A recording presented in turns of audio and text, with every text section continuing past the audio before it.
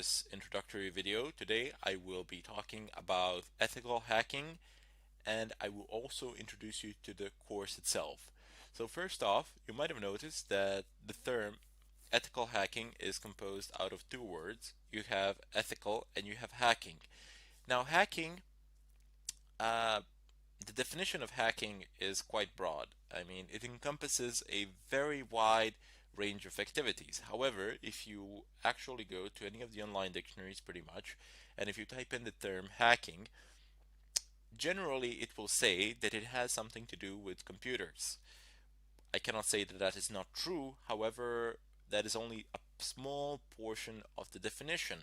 Rather, instead, the act of hacking is actually having any system, and I mean any system, not just a computer system, not just a digital system. In fact, the system doesn't even need to contain any electronic parts. So, literally any system, having it do something that you intended it to do as opposed to what it was designed to do. Now, here is one short example that has been cited over and over again. You have a lock, basically. You have a door lock in your house. Everybody has one. Well, I sincerely hope that you have one. And the purpose of that lock is to prevent anybody is to prevent intruders from entering. So anybody who does not have a key cannot enter. People enter without a key anyway because they pick the lock and then they enter, and that itself could be considered an act of hacking, also an act of burglary, but that's another subject.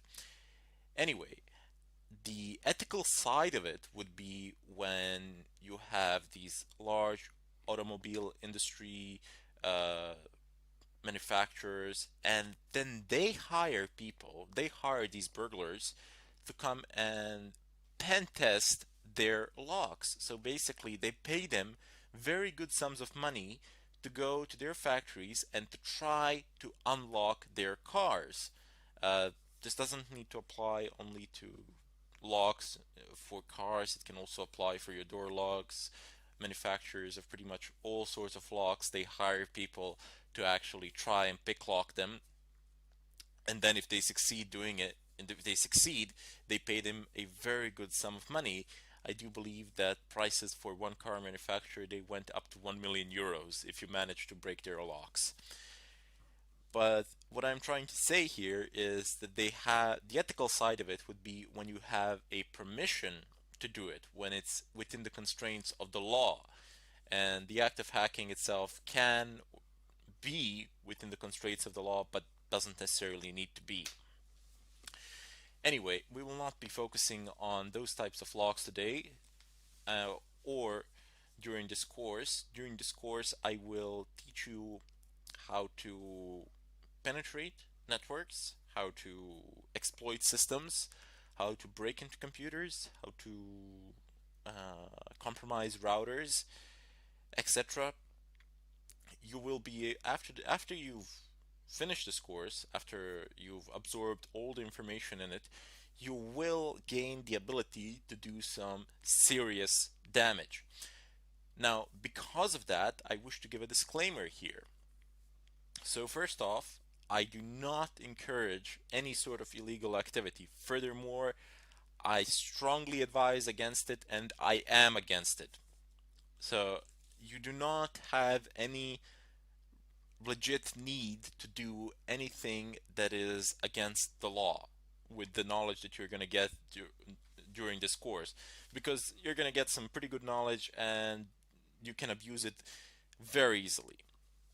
It's not that difficult to abuse it. The opportunities are everywhere. They're endless because people tend to use insecure systems, or they use secure systems but they don't know how to operate or configure them, and then in turn those secure systems become insecure. But what I'm trying to tell you is there really is no need.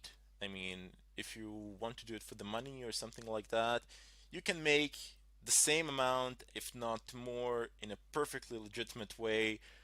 People will pay you to actually test their networks and to see if you can find any vulnerabilities in them and then report them, perhaps even fix them.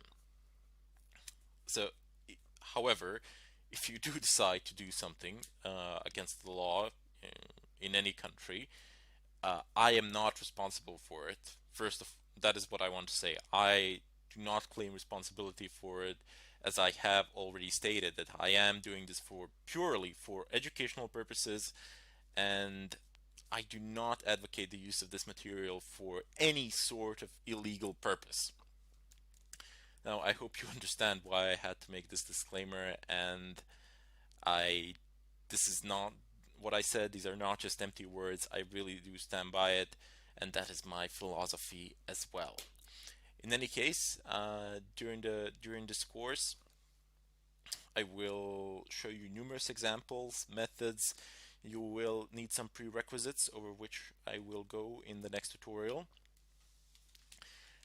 But you're in for a ride, so sit down, be patient. That is a very important thing in this line of work. Patience, because everybody has, everybody out there, if you are looking at this tutorial now, if you've typed in the term ethical hacking, I'm guessing that you've seen I'm guessing at some point of time in your lives, like myself, you have seen a movie that involves some sort of hacking with computers, and you see this terminal and you just see them typing in something there, and it just basically works. It works within 5 minutes or something like that. Let me tell you something. That has nothing to do with the real world, or very little to do with the real world. In the real world, people spend countless sleepless nights trying to do something, trying to obtain access, trying to bypass a password protected file or something of a kind in a server, trying to escalate privileges, trying to inject in a SQL injection or something of a kind. And they not only spend countless sleepless nights doing it, but they also spend a long time planning, preparing, and getting a general idea of what they can do, how they can execute an attack, etc. These are not things that you will be able to do within 5 minutes after you sit and open up your computer, your desktop computer, or whatever. You will need time, you will need patience, but above all, you will need to be curious. Curiosity is one of the first steps here, and obviously, since you've actually chosen to listen to this tutorial, to go through it, you do possess it already. You just need to build on it a little bit more, and you'll be where you want to be. In any case, I hope to see you in the next tutorial, and I bid you farewell. Hello everybody, and welcome to this tutorial. Today I will be talking about some of the prerequisites that you will require if you want to follow this course through. One of the first things that you need to be familiarized with is your working environment. So for myself, I have chosen to use two Linux distros. One will be Fedora 20, which is the operating system that I am using anyway, and also I will install a virtual machine. That virtual machine will be Kali Linux. Basically, it is a Linux distro which contains a great deal of pen testing tools, so it's very useful in that sense. Don't worry about it. I will explain this process in great detail, how you can set the virtual machine up, how you can install it, and so on and so forth. However, should you be using Windows, that is definitely not advisable for this kind of activity. Primarily because you will, since I'm doing this in an environment that I own, it doesn't really matter to me if I'm anonymous or not, but in the real world, all the pen testing that is done in the real world, you're always trying to anonymize yourself. You're trying to be as invisible as possible, as much as possible. You do not want them to figure out where the attack is coming from or anything of a kind. You want to wipe your trail or something of a kind. And Windows is really not good for those sort of things. So there, your anonymity level will be very low, and most of the tools that we're going to be using, they are native to the Linux environment. They were made for Linux. So some of them might not work under Windows. I have not tested them all out, but but most of them will. So you can still use Windows if you like, because I mean you're not hiding from anyone.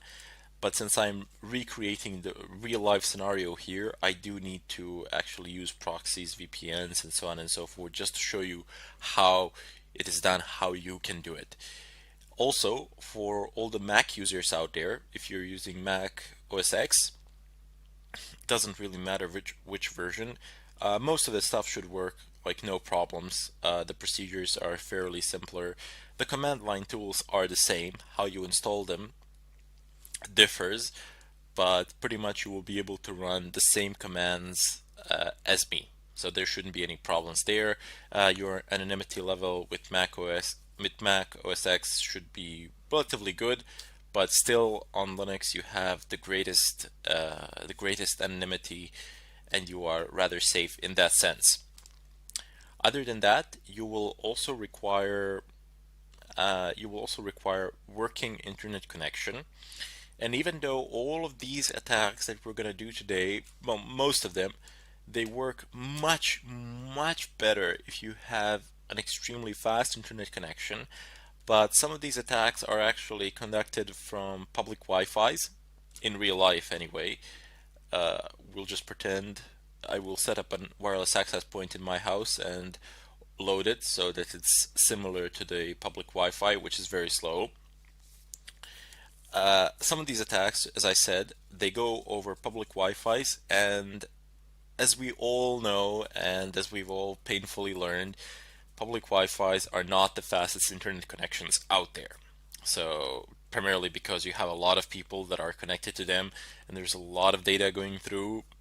They're not the safest networks out there either, but as I said, if you want to absolutely anonymize yourself, and that is what some people do, they actually go out and hook up to a public Wi-Fi, or they go to a bar or something of a kind and conduct their attacks from there. Now, before they do that, they need to figure out whether the bandwidth of that Wi-Fi can sustain their attack. So they need to minimize it, they need to downsize it, and that is how they become absolutely anonymous.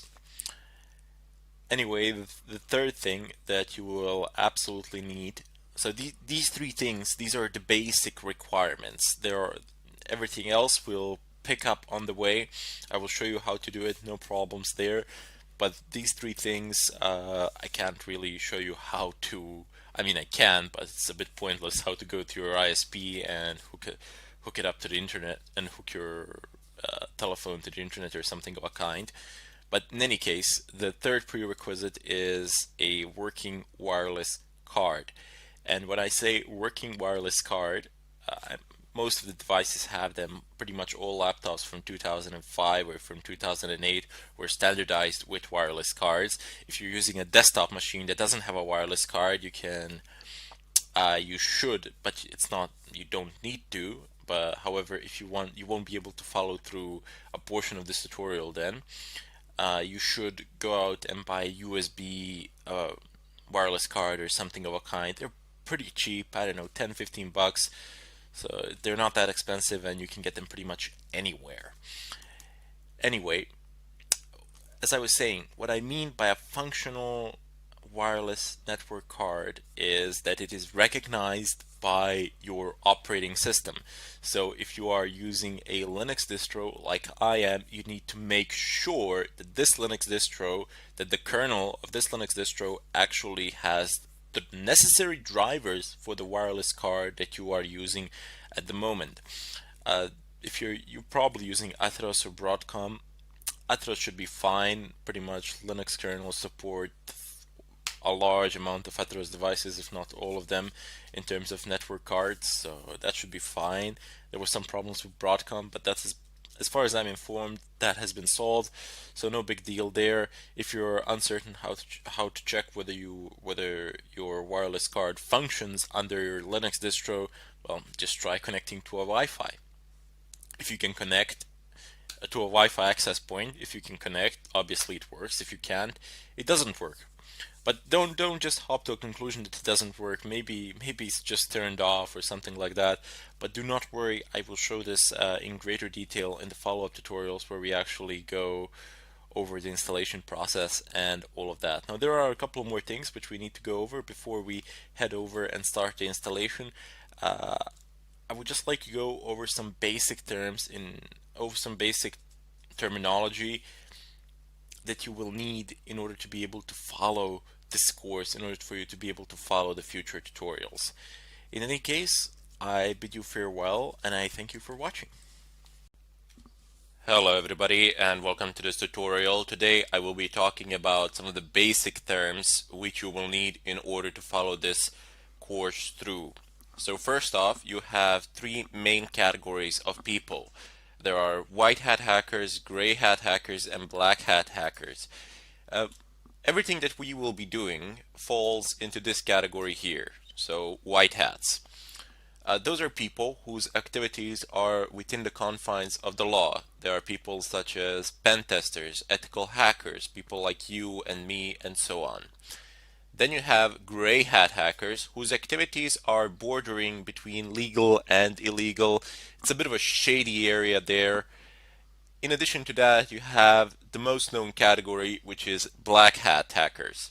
And usually, and unfortunately, every time somebody hears the term hacking, it is associated with people from black hat world. There are people who conduct all sorts of illegal activities or conduct activities without any regard for the law and, I don't know, extract information from certain servers, credentials, your credit card information, take services down, usually to extract some sort of financial gain. In any case, down below you have footprinting. Now the act of footprinting is basically information gathering. You're conducting some sort of reconnaissance work, you are figuring out the IP of the server, figuring out which ports are open, and with that you can conclude which services are running there. But it doesn't necessarily need to be confined to the digital world. The act of footprinting can also be when you go to the company itself, you just walk in. It doesn't necessarily need to be a company, it can be pretty much any building with the servers in it. And you have a look around, you try to gather some information there on site, or you go and you dig to their trash cans. Go behind the building, jump into those trash containers, and get some information from there. Also, people have been known to go onto parking lots to see who the employees are, who works there, all sorts of things. So this is just general information gathering in regards to your chosen target. It doesn't need to be confined to the digital world. Anyway, down below you have certain types of attacks. You have DOS and DDoS. Basically the same thing implemented in a different way. DOS stands for denial of service, usually called childish attacks because they were relatively easy to implement, and they still are, provided of course you have enough machines, but that's the domain of DDoS. In general, what happens here is that you perform a certain amount of requests, more requests than a server can handle, and then server begins dropping connections. For example, Apache web server, I believe by default it can handle up to 10,000 connections or so. And if you can make more than 10,000 requests, basically everybody else making any sort of requests will not be able to access the website because their connections will be dropped simply because Apache will say, okay, I have too many users, I have more users than I can handle, all the other connections will be dropped by default, thereby making the site inaccessible even though you haven't really broken any codes, you haven't really broken through any firewalls or stolen any passwords or anything of a kind. But when you're DOSing something, it's just you. So all the requests, everything is coming just from your own computer. And that is not always the most efficient of ways. In fact, it generally can only work if there is a flaw in the way in which requests are processed. However, that is why you have DDoS attacks. When you have multiple computers, multiple connections, and they are all making simultaneous requests to a certain server, and this is really difficult to fight off. I mean, you really need to have a clever configuration of your firewall, and you need to have quite a good firewall as well. Usually you would need a physical one to prevent these sort of DDoS attacks, and by physical I mean a router firewall or something of a kind. This is quite difficult to, it's not difficult to actually do the attack itself, as it is difficult to make the necessary preparations. First of all, you need to go about infecting other devices which you will enslave and use in order to perform this sort of an attack. This is the hard part. The DDoS part is quite easy compared to that. For that, in order for you to infect other computers, you need two things. You need RATs, remote administration tools, and you need to make them fully undetectable. That is what the term FUD stands for. So it just means that they cannot be detected by antiviruses, or more precise term would be that they are not labeled as something malicious by antivirus programs. And by the way, sometimes, actually most of the times, you don't actually need to make your own applications fully undetectable. There are plenty of pen testing companies out there, and not just pen testing companies, but other companies as well, who will pay very good sums of money if you can make their programs fully undetectable by antivirus programs. Down below, the RATs, remote administration tools. Now, they themselves are not some sort of hacks or anything of a kind. You just basically put them on a USB stick or something of a kind, send them in a mail, share them in a zip file, and in such a way, that's just one of the ways to infect other computers, other devices, enslave them, convert them into your slaves, into the slaves of the main server, wherever that might be, wherever you might set it up. And then you can use all of those computers to conduct all sorts of activity. This is very good because it anonymizes you to a very large extent. It is very difficult to track you. It is very difficult to track somebody down, whoever is doing this, primarily because the users who are infected, they have no idea that somebody else is controlling their devices, because nothing is really happening on your desktop. You can't really see.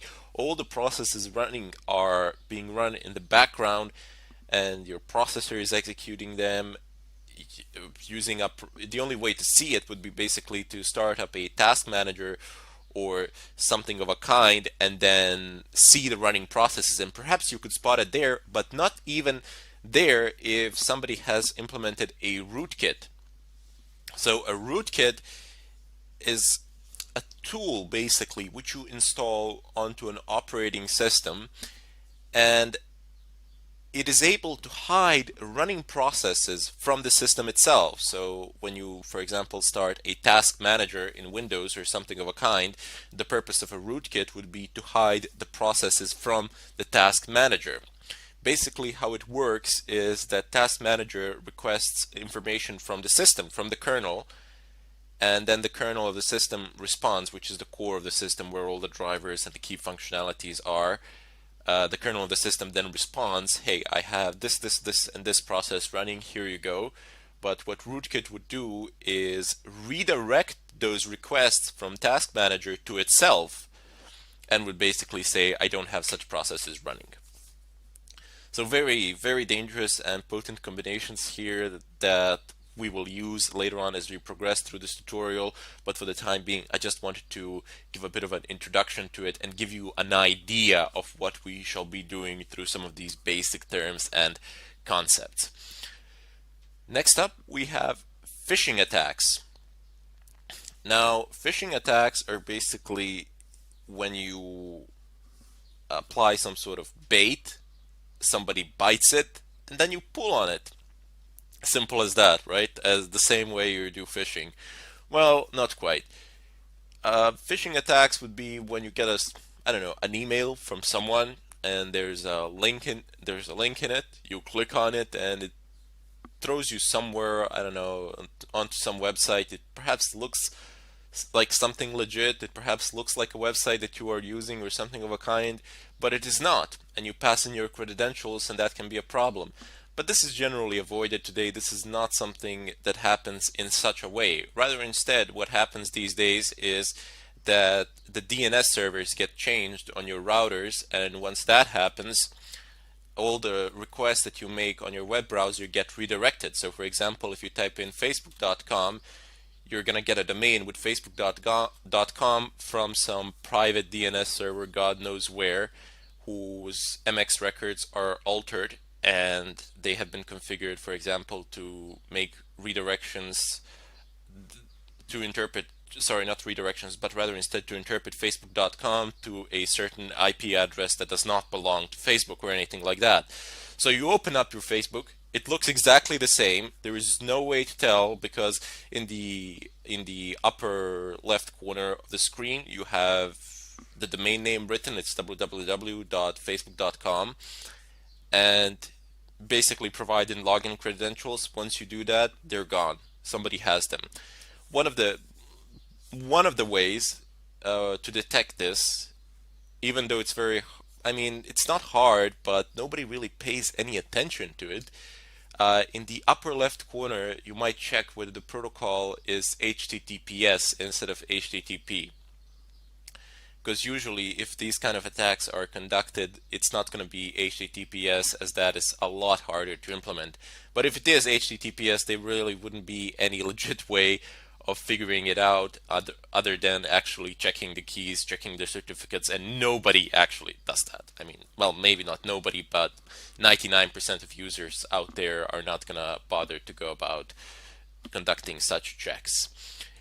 Anyway, I know it sounds a bit complex, but believe me, I will explain this in great details. I will give you several demonstrations, and by the end of this course, you will understand and know how to do this with great ease. It will not present a significant obstacle in your line of work. Excellent. Now that we have approximately half of these terms out of our way, I will continue to deal with them in the follow-up tutorial, and I sincerely hope to see you all there. Hello everybody, and welcome to this tutorial. Here I'm just gonna continue from where I left off in the previous one. If you have not seen the previous tutorial, I strongly urge you to do so, as the two are closely interrelated, so to say. Anyway, previously we've discussed some of these things such as DOS, rats, phishing, and so on and so forth. But here I want to go a step further and tell you about SQL injections, VPNs, proxies, stores, EPS keyloggers, and so on and so forth. You will see how all these things will play a role later on throughout the course. But for the time being, you have SQL injections, which simply passing SQL queries to HTTP requests. If they are not properly formatted by the PHP code on the server side, this can present a serious problem. And this is always one of the primary consideration of all the web developers out there. Later on I will demonstrate how you can use these, formulate them, and there is a large amount of websites that are vulnerable out there, primarily because the frameworks on which they're based are vulnerable as well. Next up, you have virtual private networks, so VPNs. These are ways of anonymizing yourselves. Basically, if you have a VPN provider somewhere, and if you want to anonymize yourself, you will route all their traffic through this VPN provider, and all the traffic between you and the VPN provider will be heavily encrypted. So any other server out there that is receiving requests from you, it is actually receiving them from VPN. There is no real way of detecting you or finding your physical location unless the VPN provider actually gives it up, which doesn't really happen if you pick a right one. Down below you have proxies. Now proxies are a less reliable way of staying anonymous, but you should always make it your uh, make it your common practice to use SOCKS 5 proxies. I will explain what these are. I will introduce them when we do proxy chains and when I explain to you how you can actually stay anonymous while conducting these sort of activities. You will realize that you can route your connection through several proxies, but very soon you will see as well that that doesn't always work. I mean, in the movies or something like that, you see people going through 10, 20 different proxies. In reality, that would be very, very difficult to implement, primarily because of internet speeds, because of the available bandwidth. Most of the free proxies out there are not very fast, and routing your connection through several of them will make it very difficult for you to do anything in a reasonable amount of time. There are of course paid proxies, but when you pay a proxy, you leave a digital footprint somewhere so you can be traced. Down below you have Tor. Now Tor is absolutely free, open source, and it is much faster than proxies. It's not faster than VPNs, but it is faster than proxies. It gives you an ability to torify your applications, which in essence means simply routing traffic through certain routes and using certain routers on the internet to actually, not just routers, but using certain devices on the internet for your packets, for your connection to go through. It can be slow from time to time. It is not 100% guarantee, but you will be anonymous to a very large extent if you are using Tor. There are ways of detecting you, but they are highly unlikely to happen.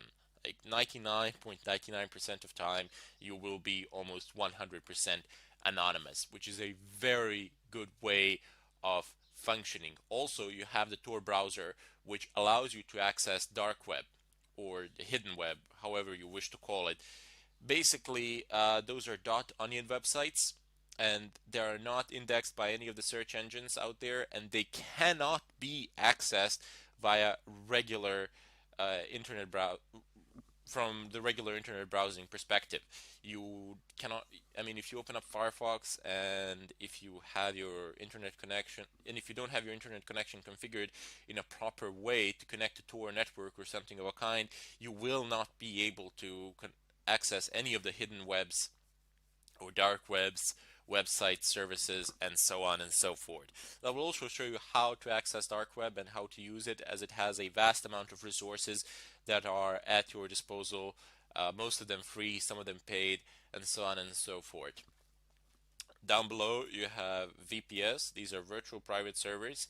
It is a method of, it is a secure, it can be viewed as a security layer. For example, if you have an Apache server running on your physical machine, you can have a virtual machine within that physical machine which will serve as an SQL server for that Apache server.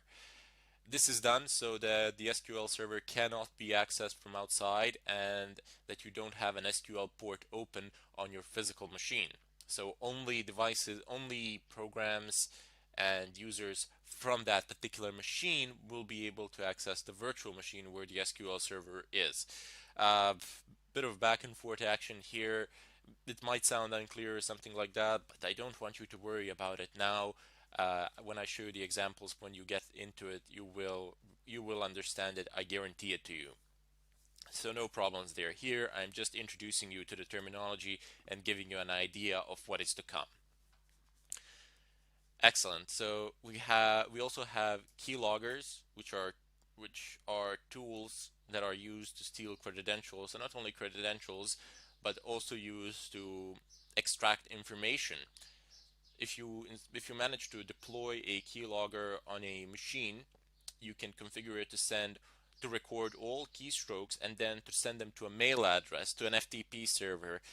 Today, keyloggers are advanced to the extent that they have like 100 options or so configurable to the fullest of extents, and you can do pretty much whatever you want with them. I mean, they have their basic functionalities still. Basic functionalities is still there to record the keystrokes, but not only do they record the keystrokes, for example, they can extract existing information as well. You can configure their behavior. how the stealth level of the keylogger, how will it hide, where will it go, where will it be installed, what sort of information do you want to extract, do you want to monitor particular folders for activity, and do you want to record it. You can configure them to take screenshots, you can configure them to use the camera on the device which you have deployed a keylogger to take a picture every 5 minutes or something like that. That wouldn't be the brightest of ideas, because obviously somebody would see that you're taking a picture. But those are just examples of what you can do with them, and later on we will actually download the genuine keylogger, install it, deploy it. We'll show you methods of deployment and how you can configure it as well. Although you should be very careful from where you download your tools, such as keyloggers, uh, remote administration tools, rootkits, and so on and so forth, primarily because you never ever want to download a uncompiled binary file that is not open source, because you have no way of knowing what's in it, and you absolutely never want to run it on your computer.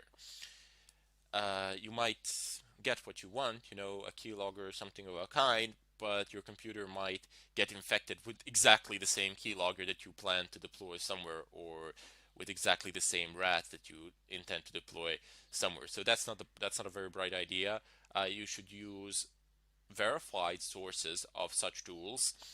I will show a few of them later on as I go over to the internet and download them. But I'm just making it very clear here that you should be very careful with these things.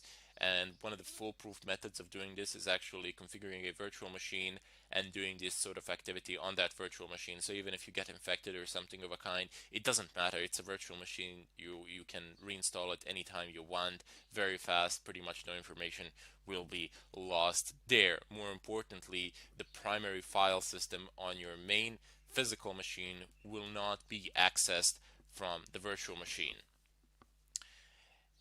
Anyway, down below you have the terminal. So terminal is basically an interface for you that allows you to control your operating system. Now, Linux terminal is very powerful. We will be using it extensively. You will need to familiarize yourselves with it. I will familiarize you with it. I will teach you how to use it. Uh, to some people, it might seem a bit difficult or a bit tricky at first sight. There are a lot of commands to type in, how to memorize them all, what to use where, and so on and so forth. But believe me, there is a certain logic to it, and once you figure it out, everything just flies. I know by heart about 30% of possible commands out there regarding Linux terminals, and the rest I simply figure out with -h or -- help. The system pretty much tells you everything you need to know. It helps you out to a great extent, and you are able to figure out a lot of things from just understanding the basic logic, how it works, and so on. Now there will always, of course, be arguments. I don't know, there'll be people saying, well, why would you use terminals? Why wouldn't you just use GUI tools or something like that? The simple answer is because they are not as nearly as powerful as the terminal tools are. Plus, terminal tools have far less dependencies, and most of the hacking tools are basically designed for the terminals. They don't have GUIs. A lot of them do have them these days, but I might go over them briefly at a certain point of time, because the GUI interfaces are not that relevant. When you figure it out how to do it on the terminal, you will automatically by default know how to do it with the graphical user interface for that particular program. Anyway, down below you have firewalls. Now, firewall in Linux is configured through IP table commands.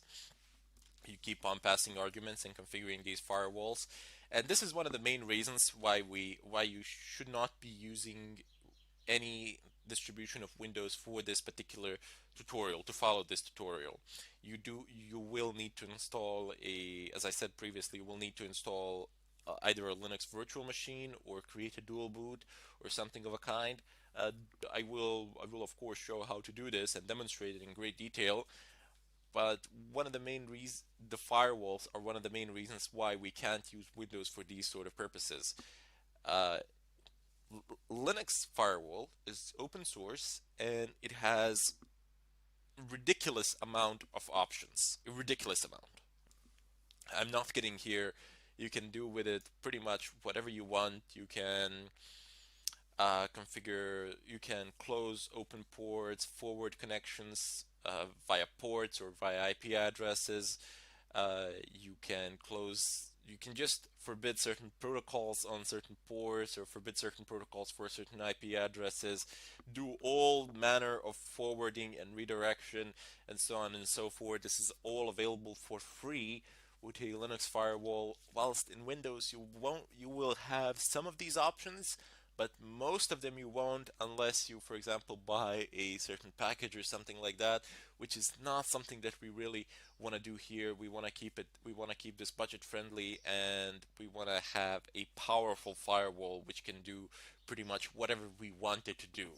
Now there'll be two ways of configuring this firewall, and if you are afraid of messing it up, don't worry about it, because most of the configurations that we will do will be short-lived configurations, so to say, primarily because all the configurations made to the firewall from iptables command, unless specified otherwise, will be temporary and they will hold until the next system reset.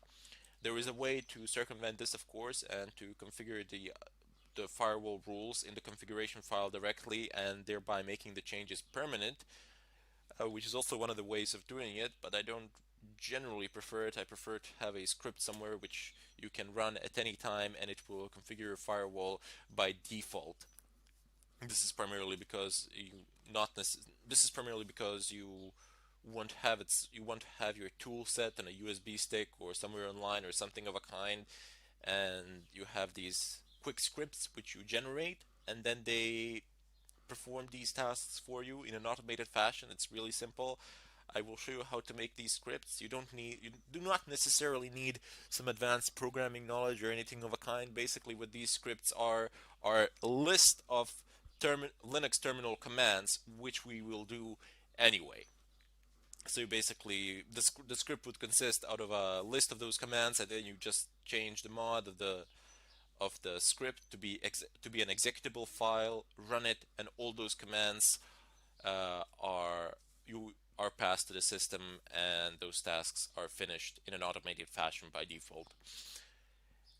Anyway, one of the final things that I wish to address here are reverse shells. So there are hundreds, if not thousands, of reverse shells out there that you can use. I will pick a few that we will use depending on the framework, depending on the environment, of course, that we want to infect. But in essence, what reverse shells are, as the name itself says, you have a program with which you infect another device, and then that program opens up a reverse connection from that device back to you. So you can keep on passing commands, you can keep on controlling the system even though you are nowhere near it. There are different types, of course, today with routers and so on and so forth. With such firewalls, you do need to do a lot of extra configuration, and there are problems that need to be solved and addressed. You will see how, when you are trying to break into a single computer, sometimes you need to break into the router first. Usually, you need to break into the router first, unless you're performing these phishing sort of attacks or there's a web server or something of a kind running in the background. But attacking a private device, a private computer, which is usually what people do as preludes to bigger hacks because they want to extract some sort of information or something of a kind from, let's say, a company's employee that's a network administrator or somebody like that, they will one of the basic vectors would be to attack a home router, change the DNS settings there, and try to steal credentials in such a way, or put the computer in the DMZ of the router, demilitarized zone, so that the router is no longer effective for that device. rather instead it just forwards all traffic to that device regardless. So that can be, those are just some of the types of attacks that you can do, but reverse shells will depend on the choice of the environment that you are trying to infect, and will depend on the choice of your attack route as well. In any case, I hope that you got some basic introduction to these terms. I again repeat, if you didn't figure it out all immediately, don't worry about it. We will do all of this in great details with a lot of examples, and you will understand it. It's not complicated. Do not allow fear to dissuade or stop you. Just keep on going in spite of it, and if you can just stick in till the end of this course, you will, I guarantee it to you, you will understand it with just a bit of focus and a bit of curiosity. You will be able to obtain the necessary skills needed in order to become a pen tester or an ethical hacker. I bid you all farewell, and I hope to see you in the next tutorial. Thank you for enrolling in this course. You are going to love this course because this is a course of action. Everything you see in this course is hands-on inside the interface, and what you can do is follow along. Try these things on your own. I find I learn best by doing. So this is intended for every single lecture. You can watch the lecture. You can have another monitor open and try it at the same time. You can try it after the lecture, or you can do that repeatedly. Try it, go back to the lecture, try it, go back to the lecture. You will learn exceptionally useful skills in this course if you test out these things as we show you how to do them. You will also get right at the beginning of this course in a PDF a list of websites you can use to get paid to learn and apply these skills. What you can do is sign up as a freelancer, put your profile up there, and start adding these skills to what you know. There are companies all over the world that need help with the skills taught in this course, and they will pay you to try what you're learning in this course as a freelancer. And then you get better at it as you get paid to do it more. That's exactly how I learned and grew my business, by continually getting paid to learn skills people needed help with. That's what you get in this course. You get a hands-on learning experience in every lecture where you can go try these things. And this course starts off showing you exactly how to get everything set up. What you need prior to starting this course is a good internet connection, although you can do it on a slower public Wi-Fi internet connection. This course will work best if you follow the first several sections showing you exactly how to install all of the software for an ideal experience. Once you've got that set up, and I are continuing to add tons of new lectures. This course will eventually have 10 plus hours of video showing you exactly everything you can do once this is set up. So get started by looking at all of the setup instructions and doing them yourself. Get to know the basic terms, and then you can have an awesome experience out of this course. And I are here to listen to your feedback. At any time, all you have to do is tell us exactly what you think of a lecture, ask us a question, and and I are here to answer your questions every single day. We commit to answering any discussion question you ask as fast as we can, which usually will be 48 to 72 hours, sometimes shorter, sometimes longer. So go ahead, get the most out of this course, and we are honored you are here spending this time with us. Thank you. Hello everybody, and welcome to this tutorial. Today I will be talking about our working environment. I will show you how you can set it up. So first off, we need to install VirtualBox. Now, it doesn't matter if you're running Mac OS X, Linux, or Windows, you will still need to do this for several reasons, really. First of all, I mean, we're going to be doing a lot of stuff, and we're going to be doing it as root. So we are always facing the prospect that we might break something, that we might mess something up. And it's just better to have that virtual machine, because even if you do mess something up and even if you don't know how to fix it, it doesn't really matter. It is only a virtual machine. You don't really have any data of importance on it. However, if you mess something up on your main machine, that can be problematic. If you're forced to reinstall it or something of a kind, then you need to back all your data up.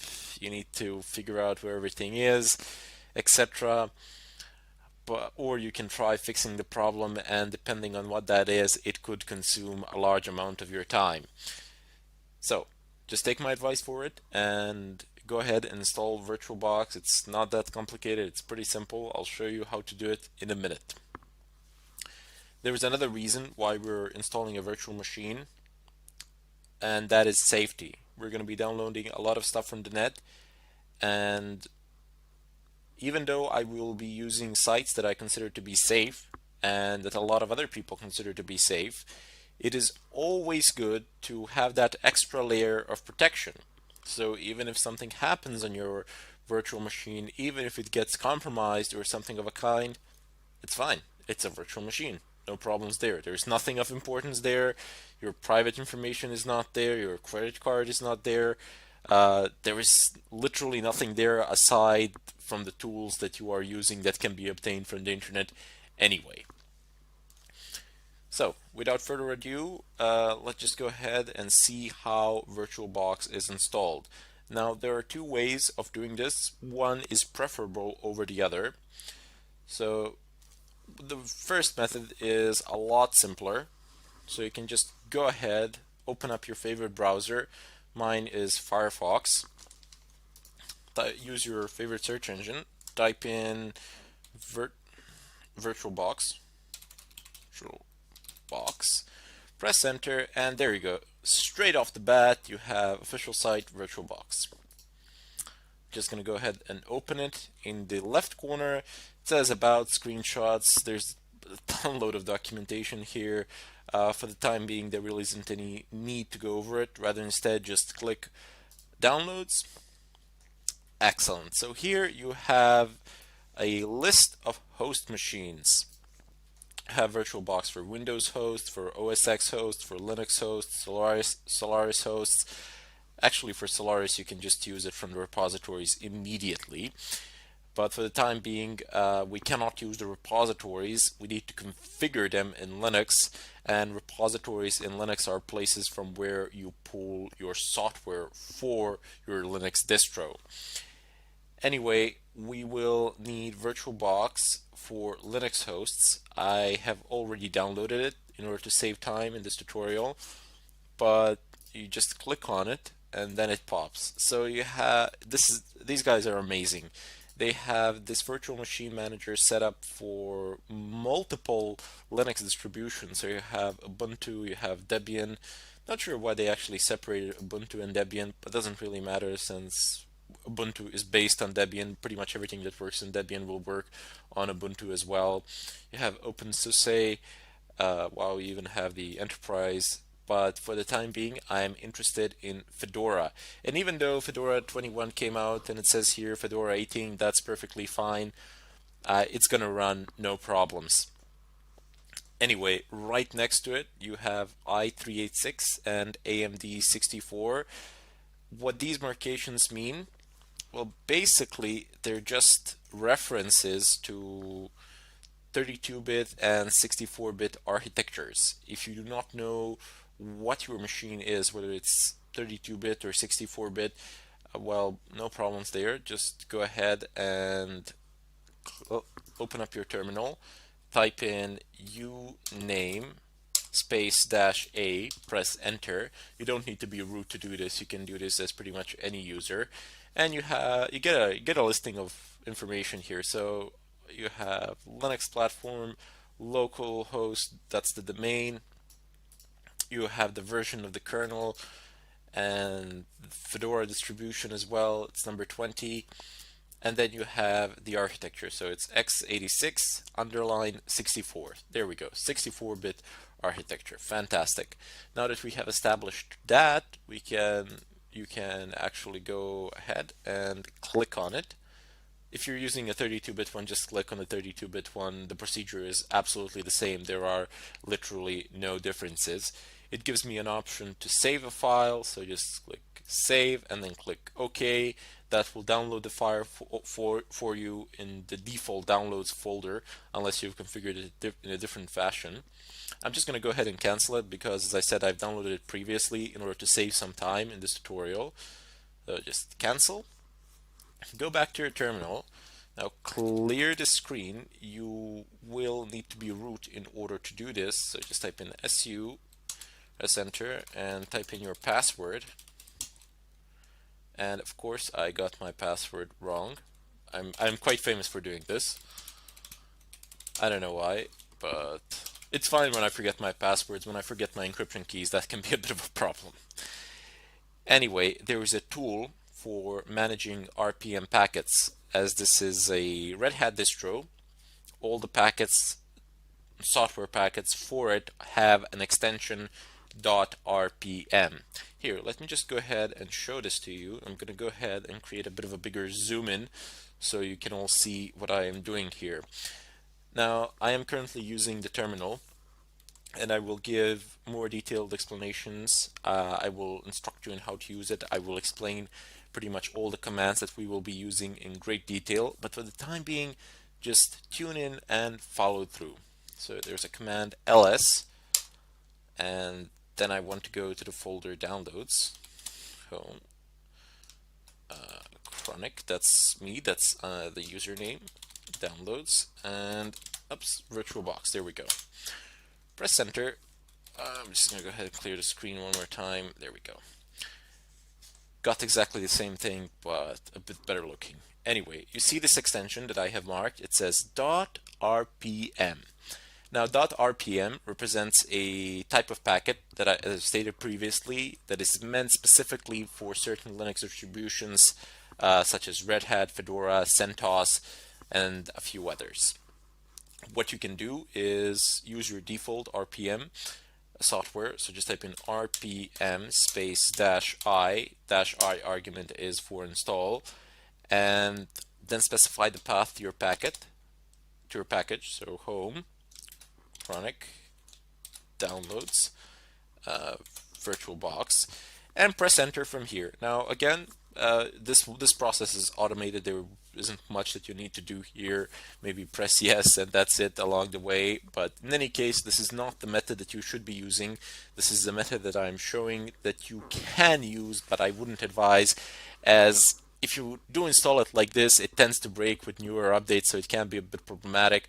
I will show you another method in the next tutorial where you can actually use yum, which is the default packet manager, in order to install this packet and then update it accordingly. In any case, I bid you farewell, and I'll see you in the next tutorial where I'll pick this up. Hello everybody, and welcome to this tutorial. Today I will show you another more reliable way to install VirtualBox. If you are wondering why on earth did I show you the other way using the RPM, if we're not going to use it here, well, it's always good to have another option. Plus, the procedure is exactly the same if you're installing any other RPM package. So you just type in RPM-I, and then you just type in the name of the package that you have downloaded and that you wish to install. The procedure is exactly the same. I would recommend passing an H argument as well to give you a status bar, because if you just go ahead and type it in like this within the name of the package, it's going to install it no problems, of course, but the screen is just going to wait. Nothing is going to happen. You might think it's bugged or something like that during the installation procedure. Like this with H, there's a status bar that shows, so you know that something in the background is happening. But as I said, it's good to have another option. What we want to do today and now is actually install VirtualBox using the default packet manager called yum and pull the package from the repositories. Now, what are repositories? Repositories are places where software packages are stored for Linux distros, and then you can pull those packets, those software packets, from your Linux distro using the default packet manager. It's very simple, it's extremely easy, and it's one of those things that you will absolutely need to know how to do because you'll be installing and uninstalling a lot of things during the course of your pen testing career, during the course of pretty much any pen testing exercise in general. So let me just demonstrate this to you. You type in yum and then you give it a command. First of all, you use yum to call your default packet manager, which is yum basically because I'm using Fedora, but if I was using some sort of a Debian distro, it could be aptitude, or it could be apt-get, and some other distros have their own packet managers, but we're not going to get into those now. Later on, I will show you what Kali Linux is using. That is the Linux distro that we will be using in order to conduct some of the pen testing exercises. So first off, you type in yum as I said, and then type in search, which is you're basically telling Yum what to do. You want it to search for something, so you just type in search. It's pretty much exactly the same as English language. You just kind of need to figure out the logic of it. And then you want to search for an approximate name of the package that you want. So perhaps you don't know the full name or something like that. Don't worry about it. Just type in a portion of the name. It will suffice, and pretty much everything that contains that portion of the name will be displayed. So we know what we want. It's virtual box, and you might think that this is the full name of the package, but no, it is not. Soon you will see. And there you go. It has printed out every package that contains VirtualBox in its name, the word VirtualBox in the name of the package or in the description of the package, because you see you have the name of the package here, colon, and then you have the description of the package here. There are a lot of things have popped with the name VirtualBox, and you're wondering perhaps which one to install. Well, you need the Kmod one, and here you have the kernel version and the Fedora version. So FC would be the Fedora version, and here you have the architecture. It's 64. I can't select it. There we go. It's 64, and here you have the kernel version. So you can compare it to what you have, and based on what you have, what your operating system is, you can pick it from here, assuming that it's a Fedora 20. You can use any other distro. The procedure is fairly the same. Later on in the question parts, if you're using, for example, a Debian-based distro or a SUSE, OpenSUSE or something like that, feel free to ask me. If you can't manage it there, I will help you out, no problems. But for the time being, I'm just going to go ahead and install it here. Let me just go ahead and clear the screen. In order to install the package, you need to type yum install, and then you need to go ahead and type the name of your package, which would be the last one for me anyway. This one. Oops, here we go. The name is a bit long, so I'm just going to go ahead and copy it. But you see, there is one fundamental problem here. The VirtualBox package is not found in the default repositories of Fedora. And that is a bit of a problem, primarily because none of these commands would actually work if I did not previously import RPM Fusion repositories. RPM Fusion is simply the name for a certain type of repositories containing certain types of packets. So I have imported those repositories, and now I can pull information and packages from them. If I did not do that previously, I would not have been able to do any of these things. Yum search VirtualBox would yield no results of whatsoever. I would get a blank screen. I would get like a message here saying that no packages were found that matched this particular name, and then just a blank screen. That's it. So that can be problematic. In order to solve that problem, you need to go ahead and open up your favorite browser. I already have this website opened. To save a bit of time, it says rpmfusion.org /configuration, but here let me just go ahead and search for it. So type into any search engine RPM Fusion, it's gonna pop. Do not worry. So it's rpmfusion.org. Click on the website, open it up, and here you're gonna get instructions immediately. It's a very simplistic website. There isn't any tinkering that you need to think about or some advanced configuration. Nothing of a kind. It just says for users and says enable RPM Fusion on your system. Click OK. Not OK, just click on the link, and there you go. You get a listing here. You get a listing of downloads. It says free and non-free.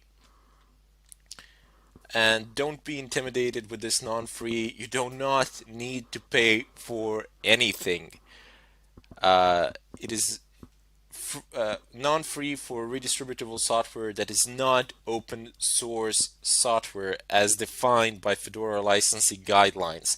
So this non-free does not refer to money. You do not need to pay anything here. I cannot make that any clearer. It simply refers that the software is not open source software as defined by Fedora licensing guidelines. So it might actually be open source, but it just doesn't fit within the boundaries of Fedora licensing guidelines. Anyway, that part is not that interesting to you. Down below, the thing that you need to know here is that non-free is actually free in terms of money, but non-free in terms of source code. Anyway, as I said, that's not really that important for you anyway at the moment. Down here, you have actually RPM packages. Remember from the previous tutorial, I've showed you the extension .rpm. When you download a package, we could actually download one of these. Actually, I would download the first one and then install it using my RPM software. Just type in RPM space dash I, and then I would, there we go, I just clicked on it. Then I would pass this file name as an argument as well, and it would install it no problems as well. But I don't really want to do that at the moment. I want to show you a different way of doing it. If you're wondering why it is being repeated twice, this is for free and this is for non-free. Excellent. What we want is the command line setup using RPM. It says here Fedora 14 to the most current. So mine is 20. It's going to work there, no problems as well. So you have this very long command, and you don't really need to know what every single portion of this command is or what it does. Basic sum total, it imports a repository into your system that you are going to use later on. They have given this command so you can do it from one tap. Basically, you don't need to go about doing things or anything of a kind. You basically just copy, paste this, and run it. You are using your default package manager, you're using local install option, you are not checking for certain types of keys, you are giving it the place from which to pull it, and so on and so forth. But later on, as we progress through this tutorial, we will deal extensively with Linux command line. So only then will these things become clearer to you. Once I actually explain some of the basic and fundamental things, then you will be able to understand things such as those listed in this bracket. Sorry, not bracket, within the confines of this parentheses, and so on. Because if I start explaining it now, it would make no sense, and it would simply complicate things further. As I said, later on, when we get into the command line interface of Linux, when I start explaining it in great detail, there I will begin from scratch and move you basically from beginner to advanced user in a relatively short amount of time, and then you will be able to understand what all of these things are. For the time being, just copy this content, which is within the confines of these quotation marks, and paste it into your terminal. So you do need to be root. Let me just go ahead and exit. I am no longer root, as you can see. I am now my regular user, Chronic. Just type in SU, type in your password, and paste this. Press enter. Okay, obviously it won't install here because I already have it installed. Yeah, it says nothing to do of whatsoever. But on your system where you do not have RPM Fusion installed, this would just fly as well. This would just pass, no problems, and you would successfully have installed RPM Fusion on your system as well. So clear. Anyway, I just wanted to show you something else that I neglected to show you a moment ago. This command that we've ran, it actually installs free and non-free repositories.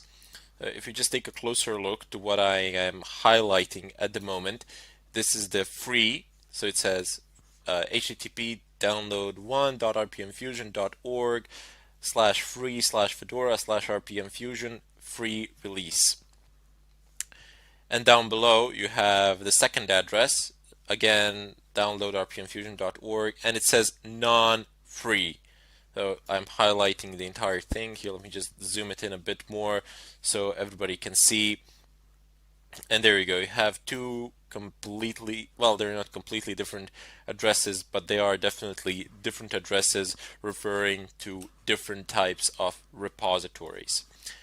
Anyway, now you can go back to your terminal. Do not log out of root. Stay root because you will need root privileges in order to do this.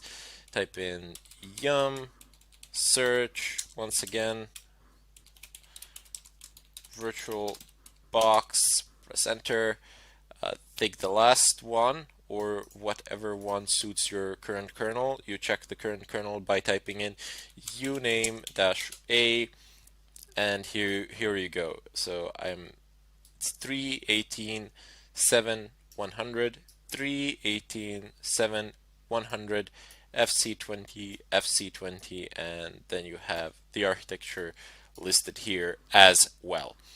So clear the screen, type in yum install, paste the name of the package, press space -y, and if you have this command, just press enter and it will install. It will run through.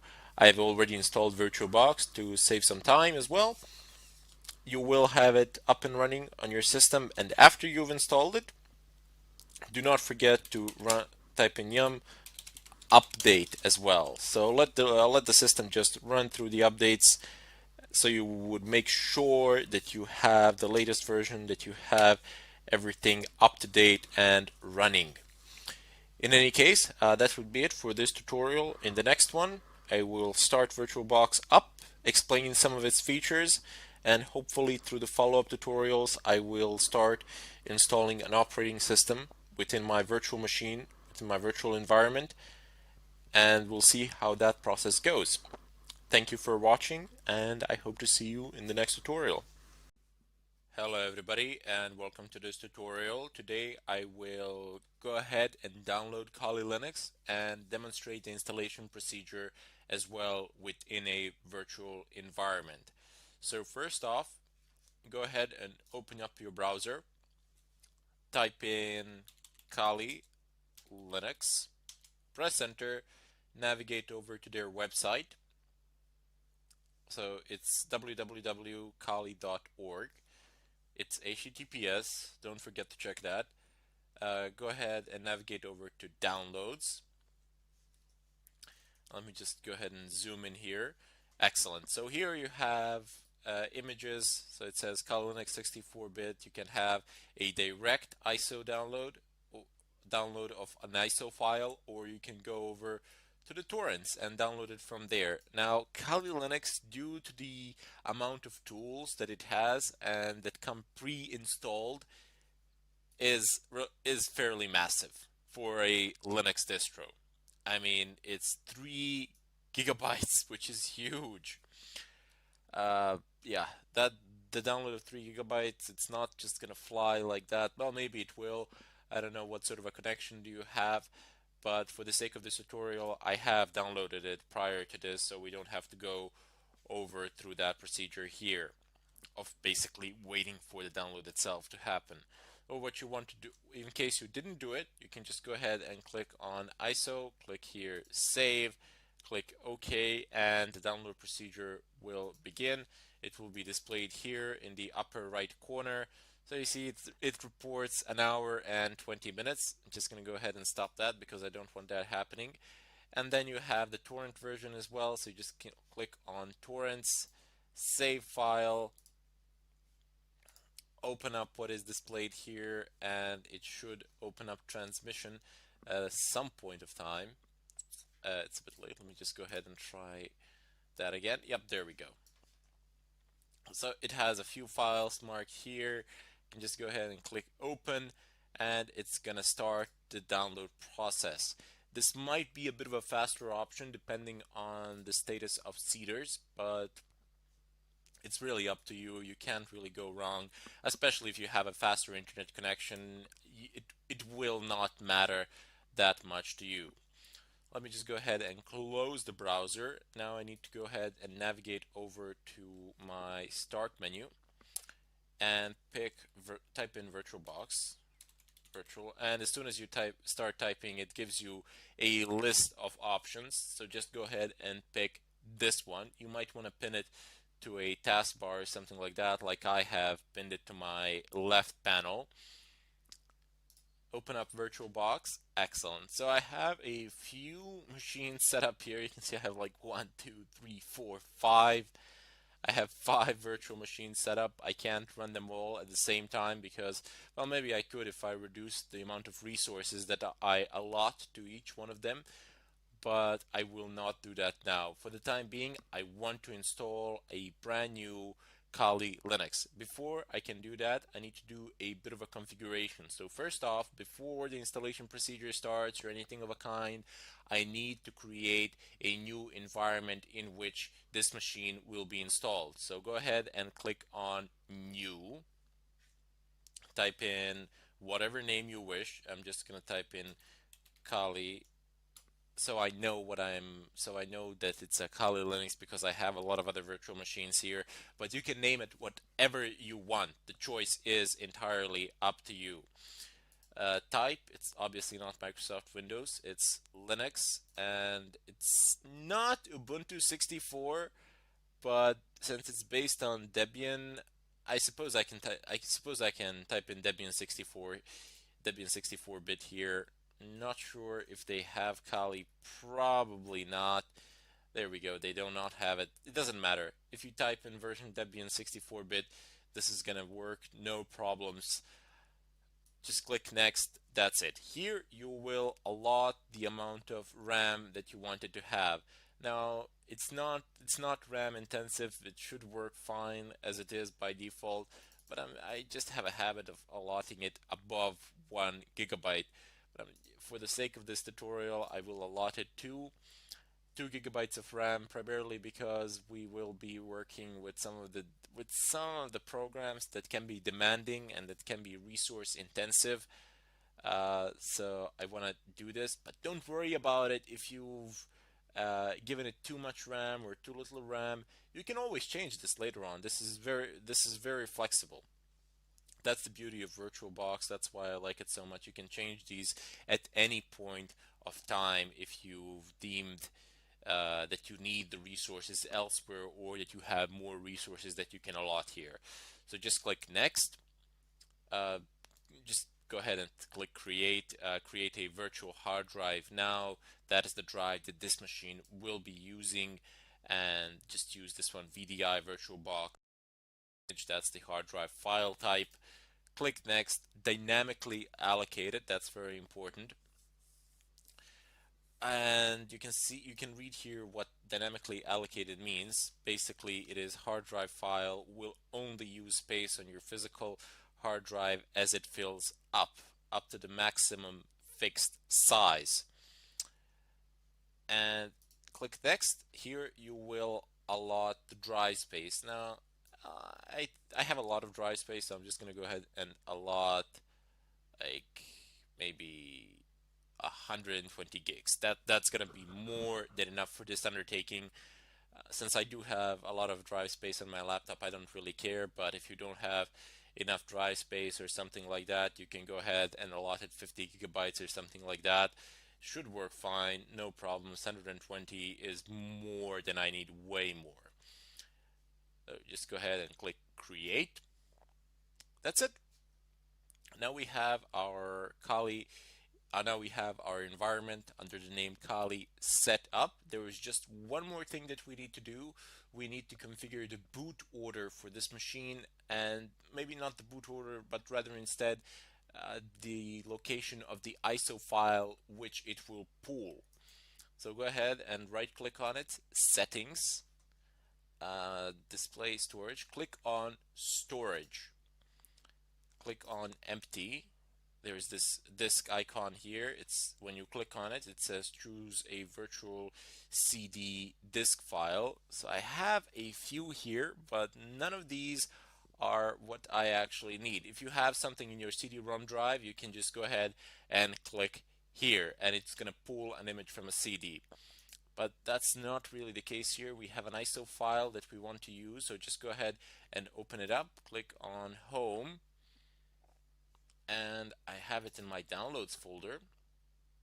It should be around here somewhere. Yep, there we go. Kali Linux 109A AMD 64.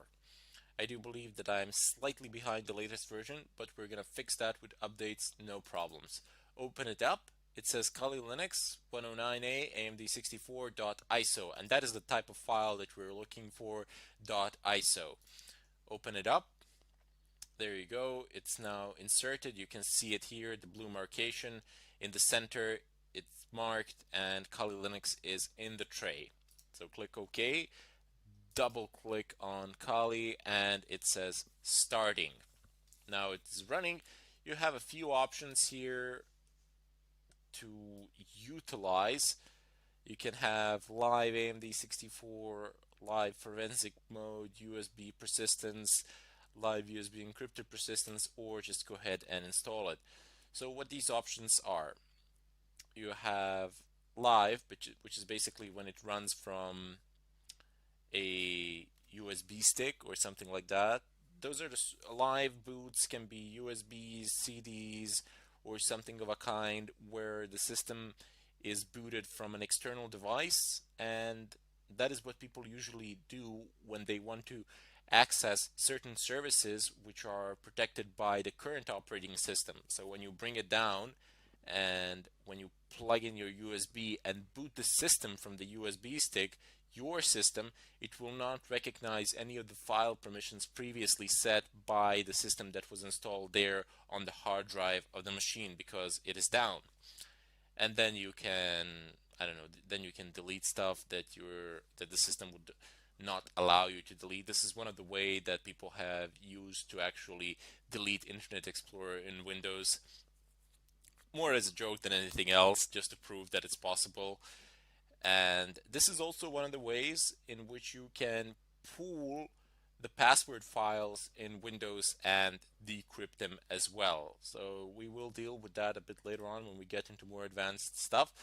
But you have failsafe mode, live failsafe mode. Well, every system pretty much has a failsafe mode. Today, it's basic boot, and it just loads the basic things, and this is practically guaranteed to boot every time you boot into failsafe mode, unless you've messed something up that is in a very, very, very, very serious way. Failsafe mode will boot almost always. Forensic mode for investigators and such people, we're not going to be dealing with it in this fashion because we don't want the live, we want the installed version. And then you have live USB persistence. So this is a very nice feature that you can have. For example, you can have an operating system, Kali Linux or many other distros, installed on a USB stick, and you can have a rather large USB stick, like, I don't know, 256 gigs or something of a kind. It doesn't need to be that big, it can be a lot smaller, but the bigger the better, primarily because of this persistence flag. You can work, and all of your work will be saved on that USB hard drive, so you can make permanent changes to a live CD. Well, generally not to a CD. This is a USB. I do believe that there is a way of doing this with a CD as well, but nobody does that anymore. Just have a USB stick and you'll be fine. Uh, you see the first version, the live one, it means when you take it out, when you shut it down, it will forget any and all changes made to it. But when you have live USB with persistence, you can have those changes remembered. You can write them down. So next time you boot it, they will load. And here you have another great option. It's live USB encrypted persistence. So what this means is basically that all the information contained on your live USB will be encrypted, and if you happen to lose it, nobody will be able to access your data. So provided, of course, that you have something sensitive there worth protecting. And of course, I mean, you would still lose the data, but you would ensure that no one can actually access it or anything of a kind. So if you lose it, if you have some passwords or something like that stored there, oh well, no big deal. You know, it's encrypted. Nobody's going to be able to break it, provided, of course, that you have a long enough encryption key. In any case, in the follow-up tutorial, I will go ahead and proceed with the installation. Notice that we will need to install a few more things because look at this, I'm resizing the screen now, and once I go past a certain size, I can no longer increase the size of my screen, of my virtual screen. Rather, instead, I'm just increasing its edges. And that is because we need something called guest additions for VirtualBox. Guest additions enable full screen displays of virtual machines. But more of that to come in the next tutorial, and I hope I'll see you all there. Hello everybody, and welcome to this tutorial. Today I will continue from where I left off in the previous one. Now if you remember, we issued app-get update and app-get upgrade commands. That took a while to finish and process. I was prompted once. I was given a README file in regards to wget program, wget packet, and the way you handle it is you press Q to exit. You do not close the terminal and terminate the updates. Rather, instead, you just press Q to exit the README file, and the update process will continue, no problems. So today we need to configure the sources list. Those are the list of repositories from which your Linux distro actually pulls various packets and information from. Just like Fedora, Kali Linux also has repositories, and if you go onto their website, you see the link is here. I have marked it. You have these 4 repositories that are the default repositories of Kali Linux, and you can just go ahead and copy paste them. Not a bad idea to do this. Sometimes, I don't know why, but I don't find them by default in the repository list, in the sources list, so I gotta do it manually. You go ahead and basically type in cd/etc/apt. Apt. ls, and there you go. You have sources.list. You go ahead and type nano sources.list. Press enter, and there you are now in the repository file. This is where they are listed. This is where you can type them in. So let's just go ahead and copy these 2. I'm not going to worry about any duplicates now or anything of a kind. Duplicate repositories are not going to break anything, so no worries. The system is smart enough to realize that for itself.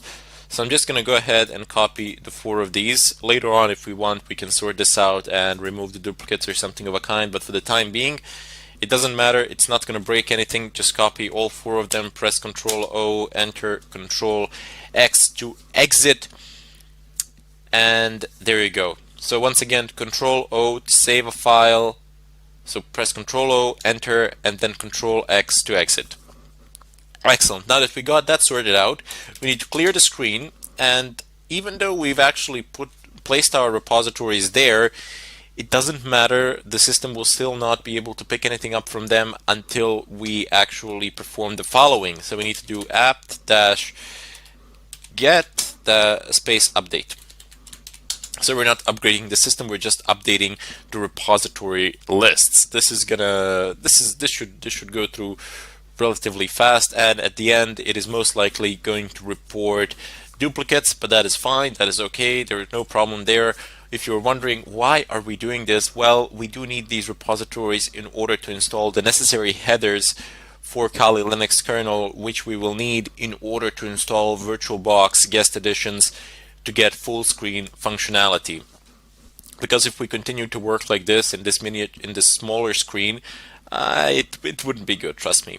Primarily because we're gonna be doing a lot of things, we're gonna need a lot of windows that are open, and that can present problems. So there you go. It's not an error, it's a W, so it's a warning. It says duplicate sources list, duplicate sources list, duplicate sources list. No big deal there. We can correct these problems later on if we wish, but for the time being, there is no need. Let me just go ahead and clear the screen. And now what I want to do is install 2 more packages, which will allow me to actually install and run VirtualBox guest editions. So I have a pre-built command here for you that I'm going to run. It goes like this, basically. You have apt-get. You're calling the packet manager, you're telling it to do an update, but since we already did a few updates, I don't actually need that portion of the command. I'm just going to go ahead and use apt-get install-y, and then I have dkms. That's one package, and then I have another package, because you can specify a lot of packages here, as many as you like, pretty much. And then I have Linux headers dash, and what this here is, this is a variable. This $sign. This is some sort of variable, a string, and whatever this command uname space dash r outputs, it will be stored into this variable and it will be added to this text line here. So let me just show you. I have uname-r that I ran here on my terminal, and what I got was the kernel version and the system architecture 62, 64, or 32-bit. I'm just going to go ahead and press enter. There is nothing to do as I have previously installed them. I didn't want to waste time during the tutorial, but this command is going to fly without any problems, especially because you have -y argument. You're basically saying to your packet manager, if you have any questions for me, just answer them all with yes. So that went just fine. The install process, I'm just going to go ahead and run apt-get upgrade. You want to make sure that this happens after the installation. I already did it, but just doing a bit of a show here. And it says that 2 of them are not upgraded. It says Metasploit and Metasploit framework, but it says that the packages have been kept back, so this is being done for a valid reason. We will get into that a bit later on, but for the time being, let me just go ahead and clear the screen. One of the first things that we need to do now is go ahead and click on Devices, Insert, Guest Edition CD Image. And yep, there we go. It popped. This is a warning that Kali Linux issues and that many other Linux type operating systems issue.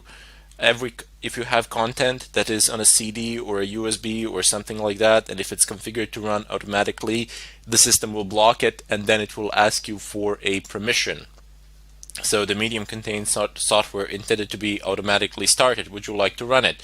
I'm going to go ahead and click run and most likely get an error. There we go. Error auto running software cannot find the auto run program. Now the error message, it doesn't really tell us much in this case. I guess we could take a look at the log files and so on and so forth. But here is the solution which you can apply, as this is a common problem that people encounter all the time. So there are some standardized solutions and patches to this sort of problems. So just go ahead and type in the terminal cd to change the working directory. Navigate over to where the VirtualBox guest edition cd is, which is, you can use the same path that I'm using. So media, and then ls, and then cd again, cd-rom 0. Excellent. So we are now here, and look, I have a listing of pretty much all the contents of the CD. basically. This is a virtual CD. It's not a real one, but it works pretty much just the same. So this is the file that I want. I want to move it from here, so I'm just going to go ahead and use command CP. You can also use move command, but you're permanently going to remove it from here, and that is not what we want to do. So just type in CP for copy, type the name of whatever you wish to copy, very simple, and then specify the path to where you want the file to be copied. I want it to be copied in my home directory. Press enter, and there we go. Now navigate over to your home directory, get a listing. Excellent, it is there. The way to run any script in Linux, any executable file in general, not just a script, is just to press dot slash and then the name of that file, press enter, there we go. It is running. The guest additions are being installed. I have attempted this process before just to make sure that everything would run smoothly, and that's why it says removing existing things. Anyway, it might take a while for it to finish, but I assure you it will. There's a lot of things to do, and that's why that is why it's taking a bit more of your time. Now, aside from the full screen functionality that we're going to get by installing VirtualBox guest additions, just in case you think it's a bit of a pointless effort if you are a student, because as a teacher, I have to have the full screen so you can see everything. You also have, under devices, drag and drop and shared clipboard. With these drag and drop, the name itself is self-explanatory. You just pull a file from somewhere and then pull it onto your virtual machine, or vice versa. But I don't like to enable drag and drop. What I do like to do is enable shared clipboard host to guest. Now here's why. I use my browser on my host machine primarily because you tend to watch a video or two somewhere about something, and you don't really want to go about installing Flash on Kali Linux. It can be problematic. So host to guest copy pasting is very useful, and you will need it, I assure you. Now there is a shared folder settings. You can either construct a shared folder, or you can have a localized web server on both machines where you can pull the information from and put the information there if configured properly, but shared folders are better for such purposes. Anyway, you can review what has happened here. It has been listed here. The most important part of it all is that you don't have any reports of anything failing. So let's just go ahead and go over it. So all good here, guest addition, no failures here, none here, copying additional install modules, installing them, done. Excellent. Installing the Windows system drivers, very important, done, or just restart the system, the Windows system. Okay, so let me just go ahead and attempt to restart the graphics. So init run level 3, nope, init run level 5. Will this work? Nope, apparently it works on Fedora, but perhaps the command is a bit different here. I'm just going to go ahead and type in reboot.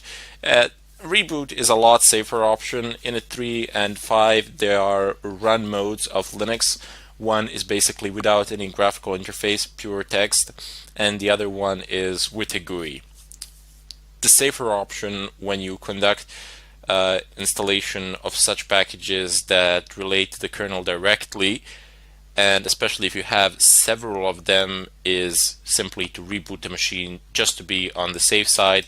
It doesn't take up a lot of your time. It happens very fast, and it's a lot safer option. It's going to save you a lot of headaches in the future. Excellent. So we have our boot here. Just press enter, and let's just go ahead and close this. Let me just load the full screen, and let us see if it will actually happen, if the VirtualBox guest additions that we have installed will work. If they do work, great. If they don't, we're going to have to try something else, as these things do have a tendency to break and problems can occur. So it's booting. Come on. Okay, I need to log in first. Root and test below. Excellent, there we go. I have a full screen. Let me just, oops, the image is being adjusted. Excellent, there you have it. So we have Kali Linux now running in full screen mode, which is fantastic. Now we have a full overview of the situation. If I open up my terminal and oops, the scroll doesn't seem to work. It needs to be configured manually. So if you zoom in, that's one of the things that I find very annoying about Kali Linux. But oops, yep, there we go. That's it. That's how you zoom in. What? Control plus minus zoom out, and view zoom in. Control plus plus. Okay. So I am pressing Control plus plus, but it seems to be minimizing things. Oh well, what can you do about it? Doesn't really matter. I will enlarge it later on as we progress through the tutorial. There are a few things that can be here, especially with the keyboard keys that you are using, because it's a virtual machine. If you were using Kali Linux as your main machine, as your host machine, you wouldn't have such problems, but as I have stated previously, it is not a recommended option. In any case, that would be it for this tutorial. These are pretty much all the preparations that you needed to make. And next up, we're going to get into the Linux command line interface. I need to acquaint you with it. Even though we have done some of the commands, they are a very small portion of what we need to learn, and I do need to explain them to you because we're going to be using Linux command line a lot. Basically, whatever we do, we're going to need it. And with that, I bid you farewell and sincerely hope to see you in the next tutorial. Hello everybody and welcome to this tutorial. Today I will introduce you to the Linux terminal and show you some of its basic functionalities. So in Kali Linux, terminal icon is located in the upper left corner, this black thing. So just click on it and there you go. You have the terminal up and running here. By default, it opens up a root terminal in Kali. So if you want to, usually people want to configure it, but if you don't want to configure anything else, this is perfectly fine. You don't actually need to do anything else. However, 99% of the time, people will configure the terminal to suit their own needs and purposes. For example, I will almost always increase the font size so that it is clear and visible and that I have a better overview of what I am doing at the moment. And it also reduces eye strain according to some articles. Anyway, so just go ahead and right click anywhere on the terminal itself, not on the bar but on the terminal itself, and then you have show menu bar. Now we can see it here. Go ahead and click on edit. You can click on profiles as well and create new profiles here by just clicking on new, giving it a name, and then configuring it in the preferences. However, we're going to be configuring the default profile since there really is no need to create any additional ones. Go ahead and click on profile preferences. And here you have a great deal of options. One of the first ones that you will see is that you can use a system fixed with font. So this is not good. You see, this is very small. You do need, I always need to change that. If that's fine for you, you can keep it like that, but I always change it. And I have monospace 20. If you click on it, you can change the font size here. If you wish, you can change the font that you're using. And that would be it as far as this place is concerned. You have some other very simple options here. It says show menu bar by default in new terminals. I generally take it. I think it's a good idea since you always need to do something like open up a new tab or something of a kind, but you don't need to. You have the cursor shape here. It says block, I-beam, underline. Just want to show you how it looks like. You can view the terminal as the changes are applied. So you have a block and you have an underline. I prefer a block. You can use whatever you wish. It will not affect you. It will not affect you in any technical sense, that is. Have title and command. We don't actually need to change anything there. You can change the title if you wish. We have colors. So I think that this color scheme is appropriate and fitting for me, but you can change it any way you like. You can customize it to the point of extreme. You can change the text color, the background color. You have the color palette here, so you can do whatever you want here. You have built-in schemes. So you have, it says white on black. I can say green on black, or oops, sorry, cancel. I can say green on black. Does it have blue on black? Nope. Black. Oh, this was bad. I wouldn't be able to work on this one. So let's just leave it at black on white on black. Sorry. This is the best color. This is one of the best color schemes. I use on Fedora blue on black, but I'm just gonna leave it as it is here. No need to actually change anything. Now in background, you have three features here basically. You have solid color like this one here that you are seeing, and you can choose a background image. You can download anything you want from the internet pretty much. You can configure it to be transparent or image background. And also you have the ability to have a fully transparent background. And if you click on transparent background, it's pretty much the same as having a background image, except in this case, excellent, I'm just going to configure it to transparency levels, and that's pretty good. Except in this case, your background image will be your desktop image pretty much, depending on where your terminal is. In scrolling, there's an important feature here. It's scroll back. So you don't want to have 512 lines. You want to go ahead and click on unlimited, unless you're severely limited in terms of RAM and unless you're typing in a large amount of commands or something of a kind. But in any case, it's better to have unlimited, especially in not only in environments such as these, but rather instead in cases such as these. You don't need to do anything here in terms of compatibility. I'm just going to go ahead and close this, and I have selected a transparent background. And you see this only works for a desktop image. It doesn't actually show icons or anything of a kind. If I open up my web browser, it's not going to show it in the background. It's still going to keep the desktop background image, so the desktop wallpaper, should you wish to call it so.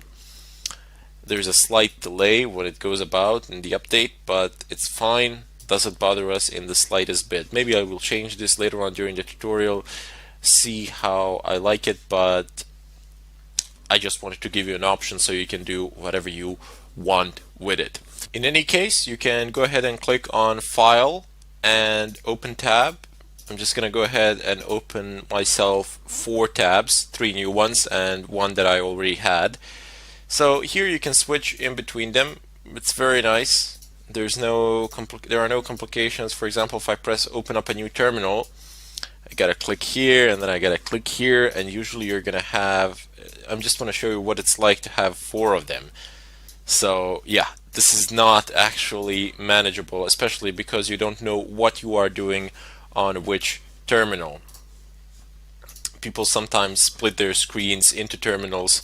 I sometimes do that. It's very nice, but we will deal with that a bit later on when we get into some serious stuff, when we actually need multiple terminals. But tabbing these terminals, it's very nice, primarily because you can actually see what you're doing on each one of them in the header. See, these things that I'm selecting, that I'm clicking on now, they are headers of the terminal, or so you can call them. And if I, for example, in this terminal, I'm going to go ahead and say I want you to go into home, change directory to home, change the working directory, that is. And if I change it here to var, and if I change it here to var logs, and if I want to go here to TMP folder. Excellent. So on each of these tabs, in their headers, I can see where I am. So this one, it's home. This one, it's TMP. I don't need to click on it to know. This one is log. So I can know what I'm doing in every particular terminal. And even though you can have a program running or something like that, it's still going to write it out in the header, and you're going to get some extra information there. It's very nice, very useful, and it's going to help you out a lot as we progress through this course and as we get into more complicated stuff. Anyway, I just want to introduce you to the Linux terminal. We have done some work with it before during the installation of VirtualBox and VirtualBox guest editions. But basically there, I've just given you the command and you're gonna basically just rewrite it or copy paste it. And that's going to be it. But here I will, in the follow-up tutorial actually, I will start explaining the fundamental Linux terminal commands, the most common ones, the basic ones, and there you will be able to see the logic of things and how this Linux terminal works and functions, because once you actually learn that, it gives you a huge amount of power. All the power of an operating system rests on its terminal because it's a direct interface to the kernel of the system, and it's a lot faster than the graphical interface. Now, one more keynote that I would like to make here. Once I teach you how to use the Linux terminal and once you get into habit of typing in commands, you can use them for a wide variety of purposes. You not necessarily need to use these things for pen testing or something like that. You can use these commands for network administration, or you can use them in order to troubleshoot problems with the system, and so on and so forth. So you get a far wider spectrum of options in terms of jobs or something of a kind, as opposed to just learning something that you can only use for pen testing and nothing else. In any case, I bid you farewell, and I hope to see you in the next tutorial. Hello everybody, and welcome to this tutorial. Today I will go over a few basic commands which you will need in order to follow this course through. Now, these basic commands they're used in order to navigate within the terminal or through the file system, to figure out where you are at the moment, to copy things, move things, get listings of files, folders, see the contents, remove them, change the ownership of files, or change the modes of files. You will see shortly what I mean. So first off, we have cd, which is change directory. So if I just type in cd /home, I am going to navigate over to my home directory. CD stands for change directory. As I said before, you are literally changing your working directory. If you type in cd /, you will always go one step back. So /, is always the previous folder. Bit of a shortcut there. You will use it fairly often. Next up, we have ls. ls shows you the listing of the current folder contents, but you can also use ls / for example home, and you get the listing of a specified folder as well. Typing ls in and of its own will give you the listing of the current folder, as opposed to typing ls and then a path to a folder which will give you a listing of a specified folder. In addition to that, you also have ls-l, which will give you a long listing. So it will tell you who the owners are, the size, the date, the type, the permissions, and so on and so forth. However, one of the more common usages of ls is -la to show the hidden files as well. You might notice that I am not using ll like I generally use in Fedora, because /ll command not found. I guess I could install it here as well, but it doesn't really matter. It performs fairly similar function as ls does, but it's a bit faster to type in. So I'm just going to go ahead and clear this. Next up is pwd, which prints working directory, and you might find this a bit confusing, but / in all Linux, Unix-like systems, it simply refers to the root directory, to the beginning, to the root directory. So your main, from where all the files are located and from where everything begins, so to say. But let me just make it a bit clearer. I'm going to navigate over to home and then do pwd. You can see that I am in home at the moment. So print working directory does exactly what the name itself says. It prints your current working directory.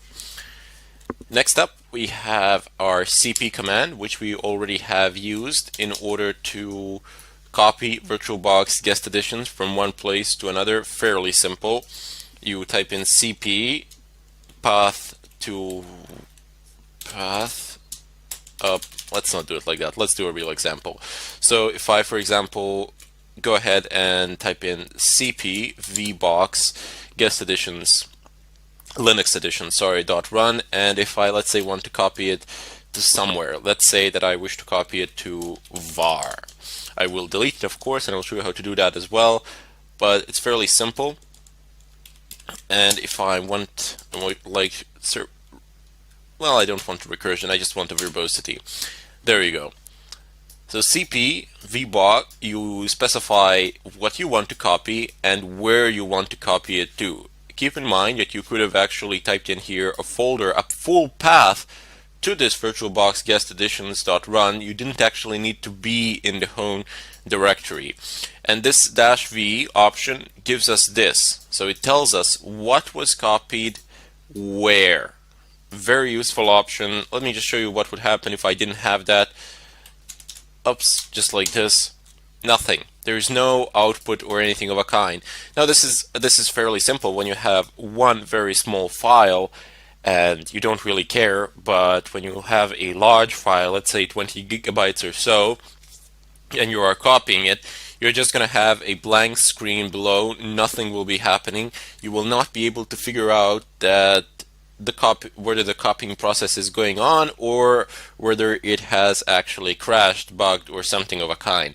So just pass a -v option, which is always useful to have, simply because the machine actually tells you what it is doing. Now you might have noticed that all of these commands, more or less, they have their own arguments which can be passed to them in order to modify what the command does. You can view a listing of these arguments. You do not need to memorize them all. So just let's take an example of cp. I'm going to --help. So this is a universal way of getting help on a particular subject within the terminal. You type in the command space --help, press enter, and you get a listing of possibilities. So I know it looks a bit messy and a bit difficult to see, but you don't actually need to look at all of these things here. You just scroll upwards, and there you go. You can see all the arguments. They are listed clearly here. You have the argument here, and then you have an explanation of what that argument does. For the time being, you're not going to be able to memorize all of these, but over the time, as you practice more and more, and as you start doing, and as you start actually using these commands, you will be remembering more and more and more and more without actually wishing it. Basically, you'll be caching the information, so to say. Anyway, over here in the upper part of this help menu, you get usage. So in usage, you get the format or the syntax of the command. So basically, cp, you pass an option, and then you specify your source and destination. Very simple, no problems there. This is universal for all of the commands. You can always use the help menu. However, in addition to the help menu, you also have man pages. So if I type in man, and I'm gonna use a command pwd, man pages on pwd basically give me a download of information. You can see, okay, obviously it gives you the name, it's called synopsis here, but basically the syntax of the command. You get a full description of what the command does, full description of the arguments. You even get the author who actually wrote it, some notes, copyright, and some references to something else as well. This is a very short man page because pwd is a very short command and a very basic command. But for example, if I was to type in man grep, you can see that the man page is a lot bigger as I'm just scrolling down, and it seems to be on end. Grep is a multi-purpose command which I will show to you in a moment, but I just wanted to show the difference between a basic and a more complex command. Let me just go ahead and clear the screen. Next up we have move. So mv, that will cause a folder to move. This is how you rename folders to, or files. So let's just go ahead and navigate over to var, where I have actually copied this file. ls. Excellent. So if I say move vbox guest edition Linux editions, I can move it either to some different folder under some different name, or I can just rename it within my current folder. So if I just type it in, I don't know, let's go random is not so random. I'm just gonna rename it to that and say .run. You can put whatever extension you want. Of course, it won't function the same, but I'm just showing you the way of renaming a file. And if I do ls again, you see that that vbox linux editions.run has been successfully renamed to random is not so random.run. I can also do this. I can, for example, move random is not so random to my home directory, and if I do ls and then specify a path to my home directory and press enter, you can see that I have actually moved it here. But unlike the copy command, it doesn't retain the original within where the destination, wherever the source might have been. So once you move it, it's gone from the source folder. However, it's going to appear in the destination one. Also, a tricky way when you delete something with move, when you move something over something else, it's so difficult to recover, if not impossible. Also, be very careful with deleting files in Linux, because once you delete them from the terminal, you will not be able to recover them, basically. There are some complex procedures that might give you the fraction of what you wanted to recover, but if you remove it from the terminal, it's very, very, very difficult. It's not like Windows or something of a kind. When you delete something in Windows, you can always recover it. Basically, you didn't even delete it, nonetheless something else. You just don't see it. But here, when you delete something, it's gone permanently. So take great caution, take great care, but don't be afraid. I mean, over a certain period of time, these things become second nature to you, and you will take it into consideration without even thinking about it. So let's just go ahead and clear the screen. Next up, we have cat. Now, cat gives us. Well, let me show you what cat does. So, oops, I cannot cat the random. Because it is not there, of course. So let's just navigate over to home and let's cat random is not so random. And you see what it does. It actually shows you the listing of, this is a bit of a longer file. So it shows you all the entire contents of that file, whatever that might be. This content is not pretty at all. You can't basically read it like this, but doesn't matter. Let's just create another file, and I'm just gonna cat it. So Nano is my favorite text editor from the terminal. You will need to learn how to use terminal text editors, because primarily you don't want to be switching back and forth between GUI text editors and working on something in a terminal. It's extremely time consuming, and plus here on Kali Linux you can actually edit things with root. However, if you are, for example, using some other distribution or something of a kind, most of the GUI text editors you will not be able to run them as root. You will get an error message. So that can be a bit problematic. That's why you should always learn how to use text editors that are terminal text editors. So just type in nano and type in the name of the file that you wish to create. So for example, I'm just going to go ahead and type in test. This is going to be a test file. No need to give it any extensions or anything of a kind. And there we go. Now we are in the nano text editor. So here I can, for example, write some text. Some random text goes here.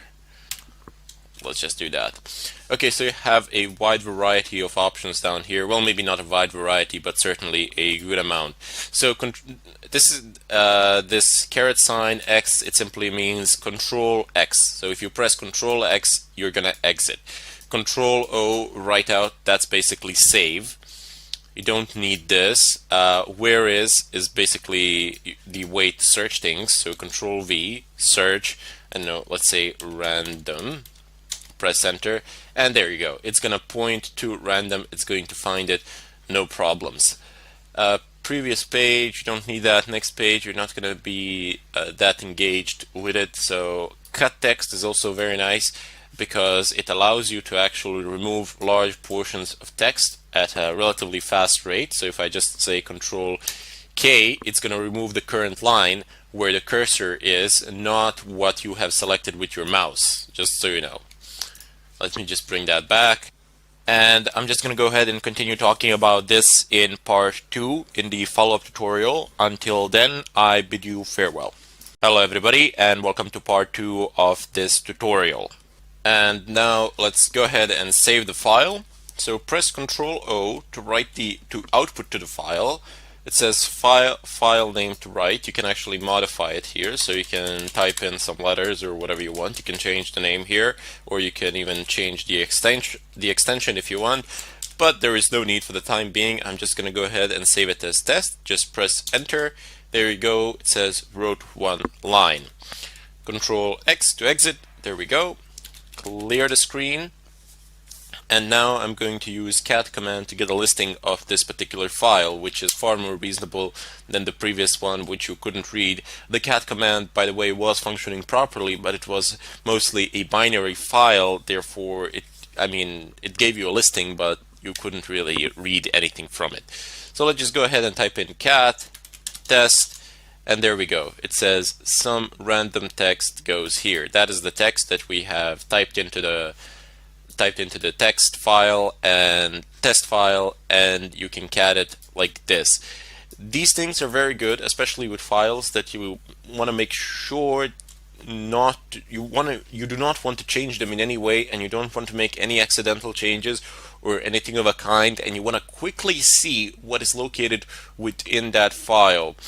There is another way of doing this. Basically, it's ls, and let's go ahead and navigate over to etc apt ls, and here we have plenty of files to work with.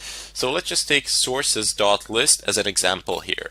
So if I do cat sources.list, I'm gonna get everything that is within that file as before, and it's gonna be listed in my terminal here, there to stay. It's not gonna go away anywhere. But there is another command which I can use. Let me just go ahead and clear the screen. It is called less, and if I type in less sources.list, I'm gonna be prompted with a new tab where I can actually view things here. Not a new terminal tab, but a new workspace within the terminal itself. And when I press Q, it's gonna exit and nothing will be displayed here. So very nice in terms of being neat and organized, and so on and so forth. So less and cat, very nice things, but you can use, for example, cat sources.list, and then the command that I have previously mentioned is grep. Grep means basically you pull something, you grep something from something else. Now here's what I mean by it. You type in cat sources.list and you type in a pipe. This symbol here, it's called a pipe, which basically states whatever the output of this is, pipe it to whatever command comes here. So I'm just going to type in grep, and let's say I want to type in src. Press enter. Excellent. So it will only print lines that have src in them. Linux is case sensitive, so when you are grepping, it's going to check the case of the letters, whether it's lowercase or not. But you can give it an ignore case. You can type in like this, -i means ignore case. Oops, I bad. -i to ignore the case. You're gonna get the same output because there are no different things within this file, but you get the general idea. So this is how you would use cat with grep in order to pull things out of a file. Very important. This is a huge part of the Linux terminal. Filtering through text files, primarily because we're going to be doing large network scans, and we will want to create files from which we will be able to pull useful information, which we will later in turn pass to other tools to do something with.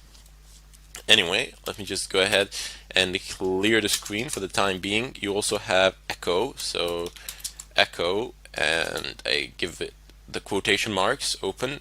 Let's say I am alive, close quotation marks, and it will echo these words. It literally is an echo. You type something into it and it echoes them here. So let's just go back to the home directory now, get a listing, and use exactly the same command, echo live. By the way, you can scroll through the previous commands by using arrow key. So up arrow, using the up arrow key and down arrow key, you can scroll back through your previous commands and you don't need to retype them. So I am alive, and I'm going to insert this. So I'm going to use a greater than sign and type in test. So this will echo I am alive into test. And if I do less, I'm going to use cat test. You see, it has replaced the contents of the test, which was some random text goes here, into I am alive. Very nice command to have. You can change variable names, variable values with echo, and so on and so forth. We will use this a bit more as we progress through the course, and I don't really want to get in depth here, primarily because later on when we have clear examples that directly relate to what we are doing at the moment, which is basically pen testing, then you will see more advanced usage of pretty much all of these commands, especially grep. We have touch. Touch is a quick way to create files. So for example, I can do touch and I can say file 1, file 2, file 3. Press enter, ls, and you see it has immediately created 3 files. So touch is a very quick method. Oops, a bit over my head there.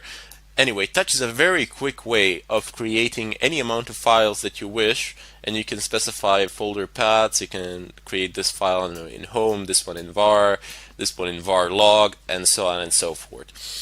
Anyway, down below you have mkdir. So if I go ahead and type in mkdir, it's make directory. So you are making some sort of a directory. Let's say the name of this directory will be place to be. And if I get ls, there we go. It states that this file is actually a directory, which is a place to be. I can even navigate to it and say place to be ls. There is nothing in it, but get the idea. You can make directories in such a fashion.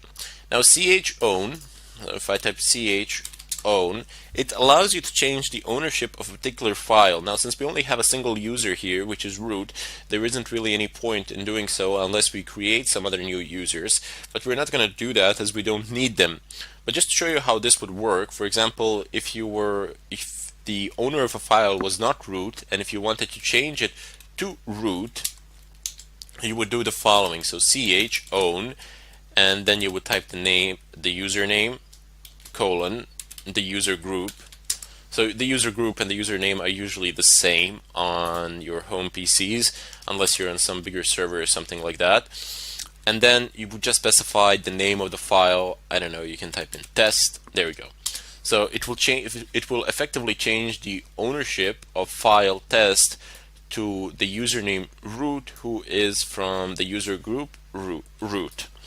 And if I do ls, la, you can see here it states who the owners are and which groups actually own the files as well. So if I clear the screen, there is another more used command.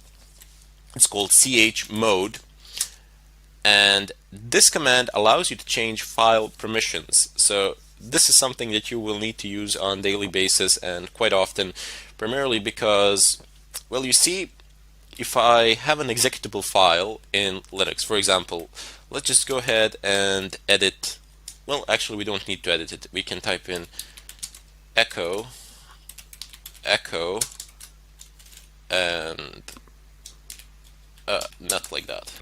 Hello, close quotation marks, and I want to output this to test, and I want to move test to test.sh. sh is basically an executable, one of the scripts that's a bash script for Linux that in such a way you can automate tasks. We will deal with it in greater depth as we proceed through the tutorial. You will need to be acquainted with bash scripting, definitely, but bash scripting is very similar to the terminal itself, so pretty much all the commands that you use in the terminal you can use in bash scripting as well, basically just combining a bunch of them in a file. And now I want this to be my executable, but you see the way to start executables is // as I have stated previously. That's a command to start any executable, and if I type in test and I press tab, it doesn't give me a list of possibilities. Why? Surely now test.sh is an executable, but no. You see, it doesn't have a permission to be an executable file. You see here the difference, that just take a look at this file and take a look at this file. This one is green, this one is not. And now look at their permissions. So you see it has a marcation that it is executable for all groups, users, etc., while this one up here, test.sh, does not have such permissions. You need to change that, and the way you change it is chmod, and you type in +x. So if you want the file to be writable, you type in +w. If you want it to be executable, +x. If you want to be able to read the file, +r. Very simple. There is also a way of doing this with numbers, so you can type in 755. You don't try remembering all those modes. Whatever you need, you basically go on the net and check. It can be quite complicated, but these three you need to know. It's +w, +r, and +x. And also 777, which is a global mode. This is the mode that is not recommended for actual usage, but you use chmod to actually test or troubleshoot things. For example, if you want to be absolutely sure that certain actions are not being prevented due to file permissions, you change the mode of those files to 777, which is the global mode that anybody can do anything with the file. And if you still have an error message, you know that it is absolutely not related to anything in regards to permissions. So those four things you do need to know. So let me just go ahead and type in +x, type in not random, it's not so random. Type in test.sh, press enter, and if I do la once again, you will see that test.sh is now executable. Let me just run it. And there you go. If I run this, it's going to echo hello onto my terminal screen. Now there's a bit more to go, not much more left. There is just one more command that I would really like to show to you, and that can be a very dangerous command indeed. It can mess you up in ways you can't even begin to imagine yet. That is the command rm. So rm is basically remove. And once you remove things with this command, it's next to impossible to recover pretty much anything. So if I type in rm test.sh, it's going to remove it and it's no longer going to be there. But if I go ahead and navigate over to place to be and, I don't know, touch test, I'm going to make a new file there. And if I go ahead and say rm place to be, it's going to say rm cannot remove place to be because it is a directory. This is a failsafe of the rm. So you wouldn't delete a full directory because you wouldn't be able to recover it, and that would be really bad. What you can do is type in rm.f and then place to be cannot remove directory. Oops. Okay, no problems. You see, you get stuck, and I'm deliberately going to leave this part in the tutorial just to troubleshoot it. So you type in --help, and here you have recursive remove directories and their contents recursively. So that's a very nice option. So let's just go ahead and do that, because this will go into the folder and remove everything within the folder and the folder itself, hopefully. So let's just go ahead and type in rm-r place to be, press enter. There you go, it has deleted it, and there we go, it is no longer there. The -f function, F that I have used is forced, it will not ask you any questions. It will delete the folder or file, which can be also very dangerous. When you're using RM, you always want to be asked questions. In any case, as I said, I've deliberately left this in order to show you that even if you get stuck, don't worry about it. I get stuck all the time, and if you don't know what to type in, what argument to pass, just type in dash help and take a look at what you can actually type. Read a little bit, and then use the options. Try it out. Sometimes it's going to work, sometimes it won't, but more often than not, you will be able to figure it out from the help menu. If you can't figure it out from the help menu, just type in man rm, and you can read pretty much everything that there is to know about this command here. And if you really can't perform the task, but if you can't find anything useful here, then forums are your next best bet. But trust me, you will succeed in doing it. In any case, this was a brief introduction to some of the basic commands that we will use. Please make sure that you know what each one of these commands does, at least its basic functions. And then later on we will get in depth and do more advanced stuff and use more advanced commands by combining them and so on. In any case, I bid you all farewell, and I hope to see you in the next tutorial. Hello everybody, and welcome to this tutorial. Today I will open up a chapter on how to stay anonymous. So there are several ways, several methods that you can use. First off, you've probably heard about these things. They are proxies. So you are just routing your connection through several different points, although this can be very slow depending on the speed of the proxies elsewhere. And you also know nothing of the other side. You know nothing of the servers through which your packets are going. So that can be risky, but then again, if you're just scanning something, if you're nmapping a network, if you're using nmap to footprint a network, why do you care? It's not of importance. However, if you're using proxies to log in somewhere or pass credentials or something of a kind, that is potentially dangerous, and you should not do that. I mean, it's quite literally, you shouldn't do it. The other option is to use some sort of VPNs and to encrypt your networks, to encrypt your traffic between you and the VPN service provider. Now these things can be very fast depending on which one you have, so you can just pay for a service out there. I think a yearly subscription is like $100 and something bucks. A monthly subscription is like $10, something like that. You get a dedicated VPN static IP address, so you can do a lot of stuff, and they can be very fast.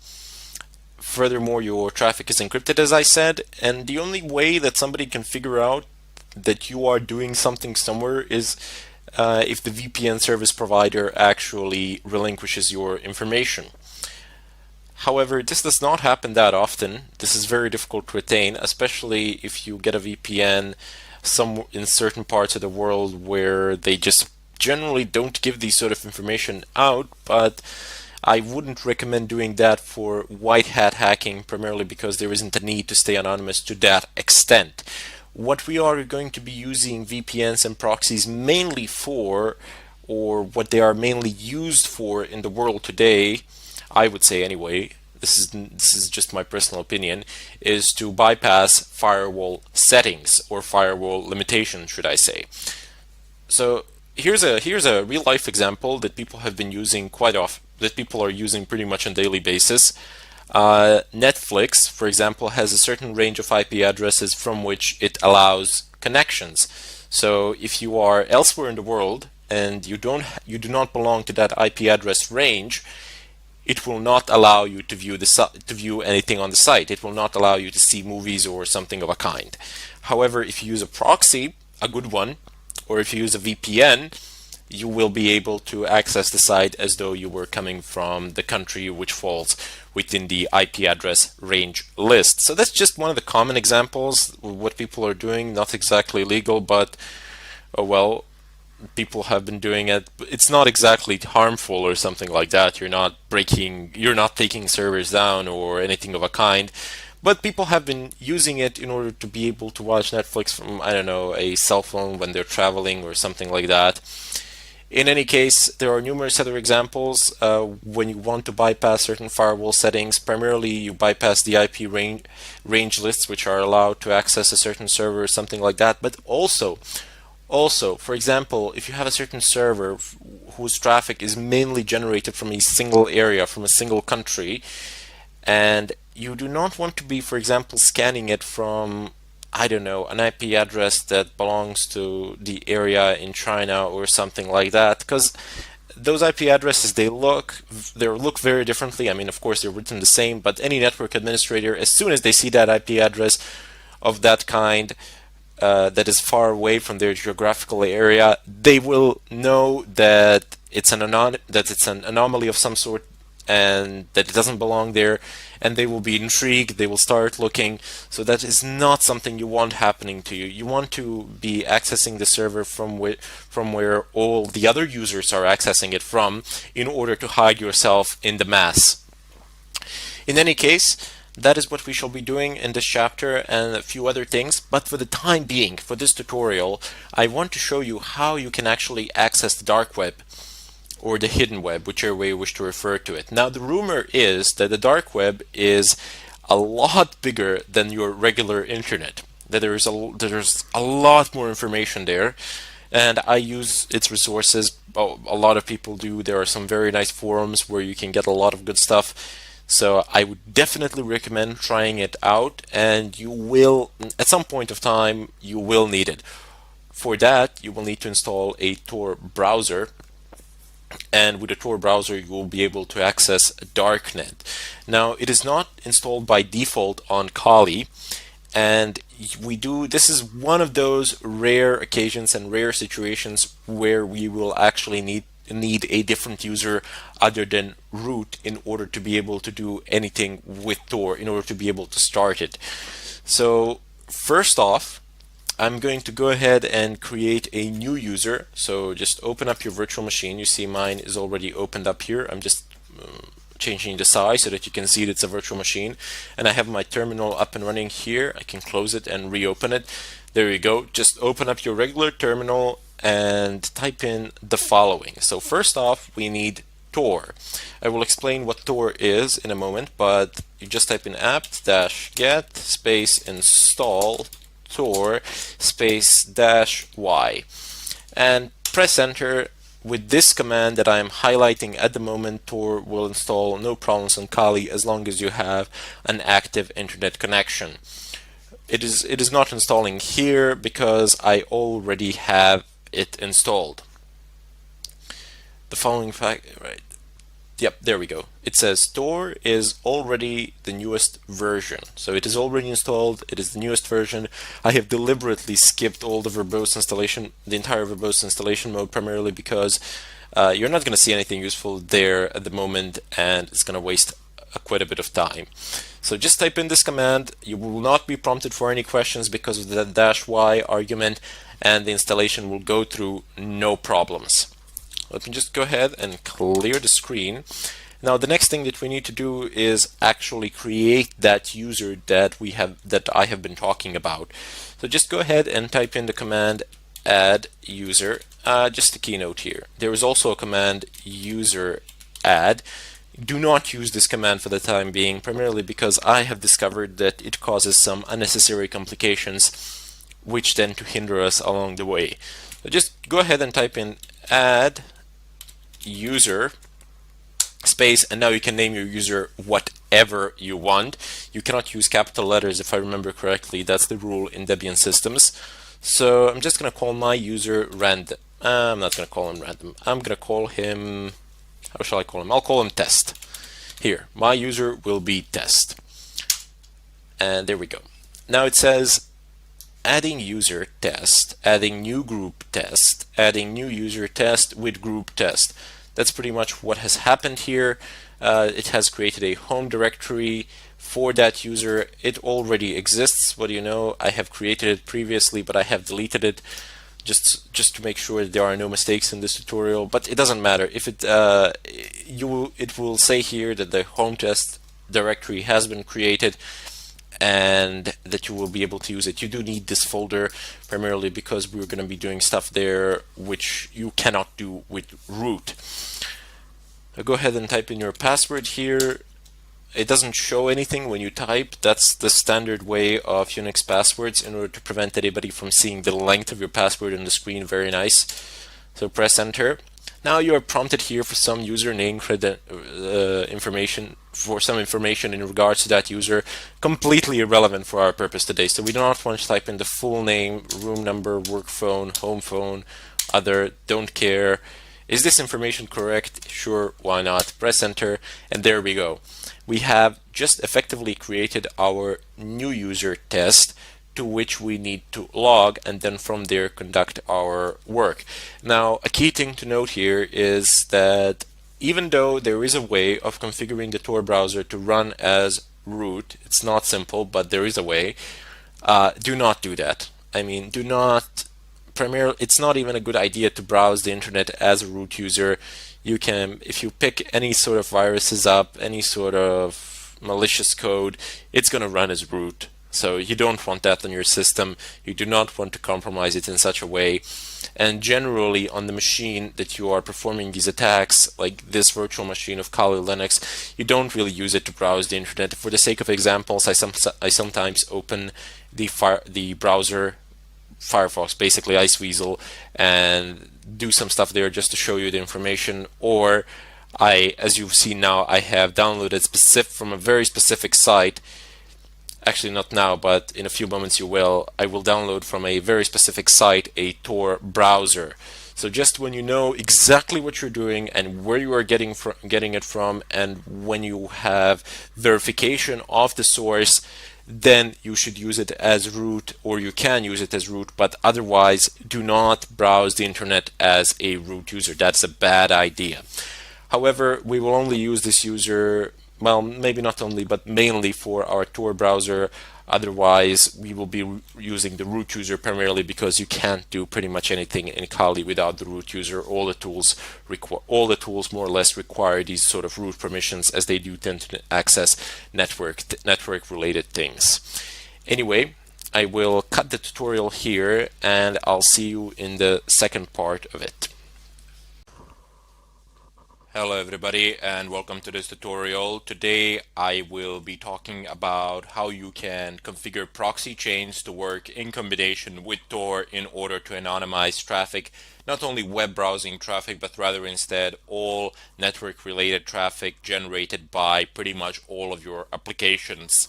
Now there are a few of those which will not work in combination with proxy chains. Namely, one such application is or piece of software is Metasploit. Now, Metasploit is practically a hacking framework, and it is of crucial importance for pretty much any sort of hacking activity in today's world, especially because it allows automated generation of code needed to break a certain system, and it also contains a list of vulnerabilities as well. However, what I want to do here today is show you how you can anonymize pretty much all footprinting traffic or Nmap or traffic generated by Nmap when you're gathering information, or even your web browsing traffic in a different fashion other than using a Tor browser, and how you can cover your tracks in general no matter what you are doing pretty much. So one of the first things that you do need to do in Kali Linux, it comes pre-installed, so you need Tor and proxy chains. These two things you would install on some other systems, Linux systems or Windows systems, doesn't matter. Tor is kind of tricky. I have seen versions where Tor is not installed by default, and I have specified in the previous tutorial, I do believe, how to install Tor, no problems. But yeah, what you would need to do here is simply configure and not install anything. So let's just navigate over to the etc proxy chains configuration file, nano /etc proxychains.conf. Press enter, and there we go. We are in the configuration file. Let me just expand this actually. And what proxy chains is Well, it gives you an ability to route your traffic through a series of proxy servers and stay anonymous in such a fashion by hiding behind them, or by having them forward your requests so that it looks to the other side that your requests are coming from them as opposed from you. Surprisingly enough, there are a large amount of free proxy servers out there that you can use, but they're not very stable. You know, they go up and down and they're not very fast. So for specific targets, they can be useful, not for brute forcing, not for any form of brute forcing attacks, but if you are doing something to a certain target, if you're trying to log in or you're already logged in, you can definitely do it through proxy chains, and it will be reasonably fast and reasonably stable as well. But if you're doing some sort of mass scanning or you're brute forcing a password or something of a kind, proxy chains with a list of proxies selected from the internet, free proxies, that is, that's not going to work out. I mean, it's going to work out eventually in a technical sense, but it will consume more time than you can spare. And by more time than you can spare, I mean like a month or two to do a simple scan. So that's not an option there. There are other ways of doing that. Uh, but for the time being, I just want to show you how you can use proxy chains, how you can configure it actually, because it's really useful. I use it fairly often. A lot of people do, and it's a fantastic piece of software. So first off, you have types of proxies here which you can use. You have HTTP, SOCKS 4, and SOCKS 5. Now there are fundamental differences between these protocols. You always want to find yourselves a SOCKS 5 proxy, as that is the best possible one that has the ability to anonymize all sorts of traffic. HTTP, well, as the name itself says, it's for HTTP traffic, and SOCKS 4 is very similar to SOCKS 5, but it does not support IPv6 protocol, and it does not support UDP protocol. So this can be, the SOCKS 4 can be rather problematic. You always want to make sure that you're using SOCKS 5 wherever and however. Anyway, down below you have these options which we will go over. So basically how you enable these options, you don't need to type in some complex lines of code or anything of a kind. Basically just delete the hash and that's it. Save the file, the option is enabled. This hash presents a commented outline, meaning that the system reading this file will ignore it if there is a hash. If there isn't a hash, it will take it into consideration and interpret it accordingly. Anyway, what we have here are statements which allow us to specify how we want our traffic to be routed. So first off, we have dynamic chain. Dynamic chain is an option which you will find people using the most. It is most commonly used option, a preferable one, and honestly I think it's the best one, primarily because it's the most stable one. And here's why.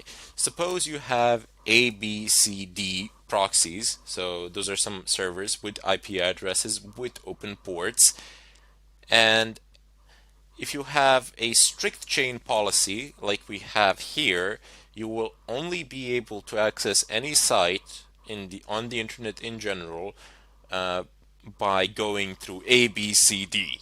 So you have to go through all of them, and you have to go through in that specific order, A, B, C, D. And that's not always a good thing. I mean, if you're paying for 5 proxies, that's not a problem because they will always be operational, they will always be up, and why not? That's not a bad option there at all. However, most people use free proxies and they don't tend to pay for them. Why would you pay for 5, 10 proxies for a simple scan or something of a kind? They're not free, they cost money. They're not that expensive either, but still, I mean, the act of paying itself identifies you and it kind of diminishes the amount of anonymity you have on the net. There are some complex payment methods which you can use to anonymize yourself, but still, it's far simpler to simply go ahead and use dynamic chains. So I'm just gonna go ahead and uncomment, oops, and I'm gonna uncomment this line. Go ahead down below and comment this line out. So strict chains will no longer be used. I will be using dynamic chains. One more thing to note here is that if you want to use proxy chains in combination with Tor, so if you want to route all of your traffic through the Tor network, not just the web traffic, you must enable dynamic chains. I mean, there is a chance that it will work with strict chains, but due to the instability of Tor nodes, it is highly unlikely. You will need dynamic chains, and that is why I am using them today. Anyway, if you are using dynamic chains, it just gives you the ability to go from A, B, C, D to your desired destination by not having to adhere to any order. So let's say that C is down, you would go A, B, D, and it would work no problems. Even if B was down, you would go A, D, and you would still reach the destination. So as long as one single proxy is functional, it's going to work, and you don't require any specific order to it. Down below, you have a random chain. Now, random chains are in effect basically the same thing as resetting your services. I mean, if you're resetting your Tor, you will be assigned a new IP address. I mean, Tor assigns you a new IP address every 10 minutes or so anyway, but with the random chain, you can specify a list of IPs, and then you can tell your computer, okay, I want you to connect to this point, and every time you connect, every time you transmit a packet, I want you to use a different proxy. You can do that as well. That's one of the options, definitely. You can say, okay, go use this one 5 times and then change it to another one or something of a kind. There are a lot of options to specify there. Primarily the chain length. Anyway, if we go ahead down below, there's the quiet mode. You don't really need that. Proxy DNS requests. No leak from DNS data. This is very important. You cannot have any DNS leaks. Let me explain to you what DNS leaks are. Even though somebody cannot get your particular IP address, they can get the IP address of the DNS server that you are using. What DNS servers do is resolve domains to IP addresses and vice versa. So for example, if you typed in, I don't know, youtube.com, the DNS server of your local ISP provider will resolve that into some sort of an IP address that the YouTube has, and it will make a request, no problems. You do not want that happening because your local DNS server will be discovered, and that information can be used in order to figure out your personal IP address, and then when that is done, your physical location is pretty much compromised. So that's a no-go. You definitely need proxy DNS here. It might slow you down a bit, but without it, you're practically not anonymous. It's just a matter of time before somebody finds you. If you go down below, oops, we have some other options here, but we're not really interested in them at the moment. What we got here are formats for entering proxies, and I'm gonna leave it at that, and then we'll explain the rest in the follow-up tutorial. But just a keynote before you go into the next tutorial, have a look at these. You don't need to go on the net or read anything about it. Just have a look at the format here, how they are written. This is an example of proxy chains and how you can write them down.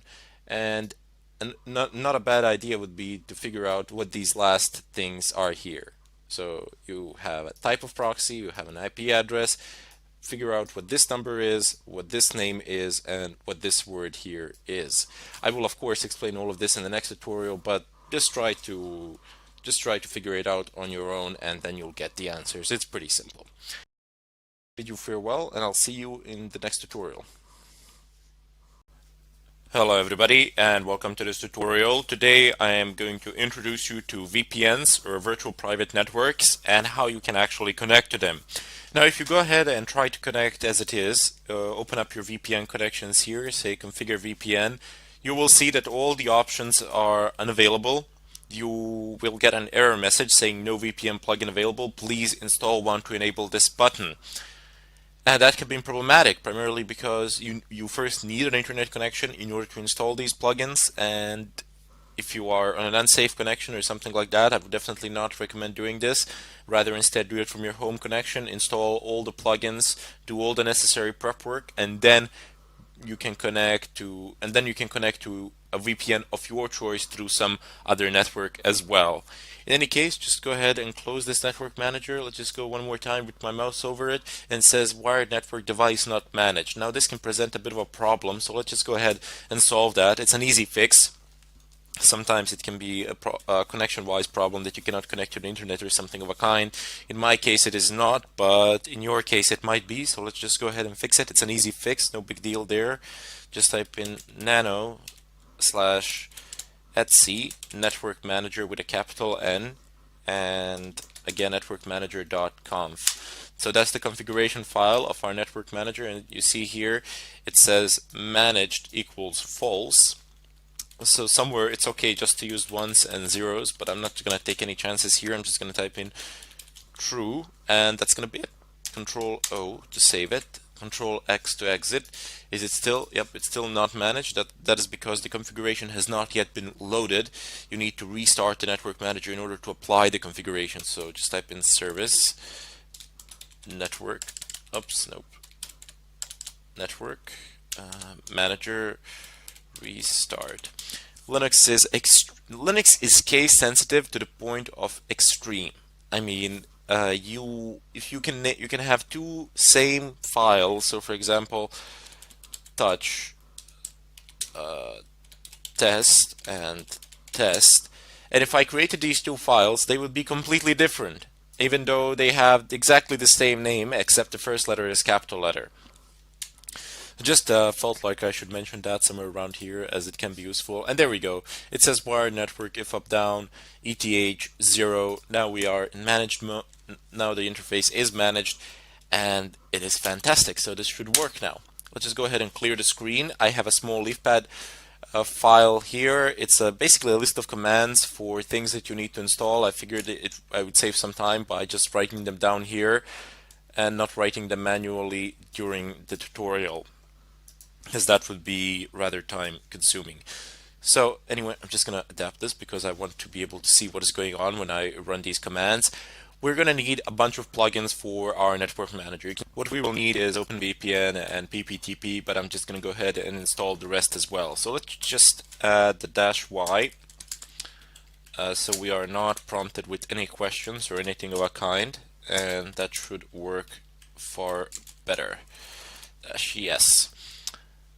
And I could actually do one more thing. So let's see if we can have them all done in one line. So type in app-get install, and we can just copy these package names. Actually, the amount of -y's that I've passed there is unnecessary, but perhaps if I've done it in a different way, it would make a difference. I can just pass one -y at the end of this long command, because I'm just going to list the packets that I wish to install, and it should work, no problems, if I can get around to it.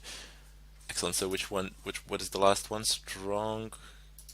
Control Z, just bring me back. Yep, there we go. And I need Network Manager VPNC as well. So let's just go ahead and paste that here. And the last one is the GNOME extension, of course, for GUI. So paste it. Pass -y at the end, press enter, and there we go. It's going to proceed on with the installation. There's going to be lots of new packets installed, although they're pretty small as there are plugins, so they shouldn't actually take too much of your space on hard disk or anything like that. The amount of space that they do take collectively, all of them, is like a couple of megabytes. I think that's it. No, even if that. The installation process is fairly fast. This will not take a lot of our time, but you see at the end it's well, not at the end, but it is restarting the network manager. However, I will perform a reset in the end.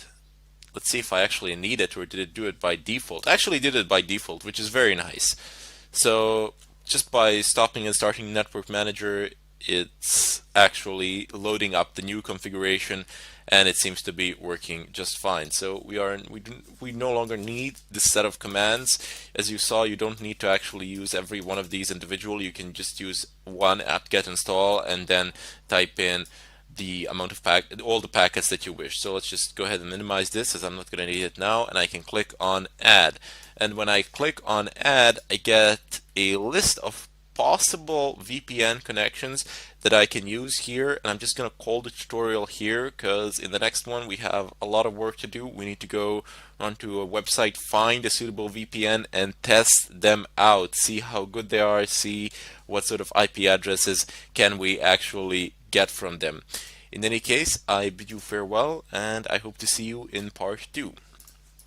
Hello everybody, and welcome to this tutorial. Today I will talk about MAC addresses, what they are, how they can be used, and how you can change them in order to hide yourself. Well, what is a MAC address? A MAC address is a physical address of pretty much not your computer, but rather instead the network interface in your computer, so the network card. All of your network interfaces, they have a MAC address, be it a wireless or a wired interface. Regardless, it will have a MAC address burnt into it.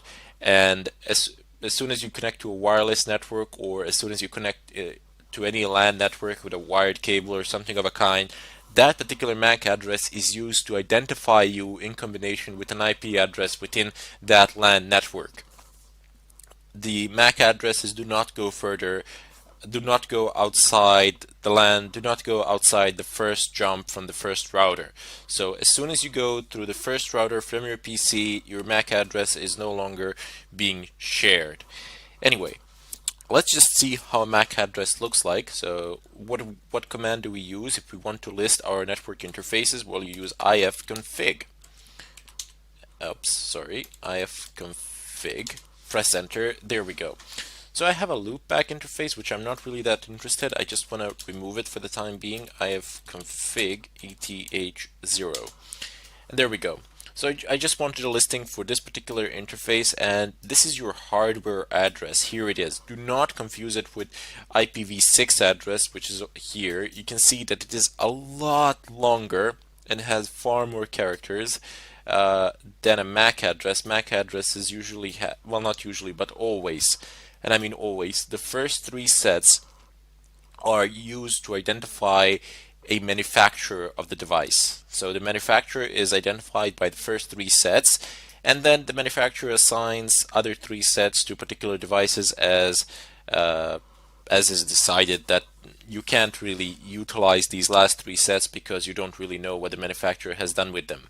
But you can use the first 3 sets in order to figure out who has produced the device, and if you know which company has made the device, then you can know the possible vulnerabilities of that device. This is also one of the methods of footprinting, of figuring out a MAC address of a device, and if you have a MAC address, you can conclude with reasonable safety who the device belongs to, not who the device belongs to, but who has produced it, and in doing so you will get a better idea of what you can do with the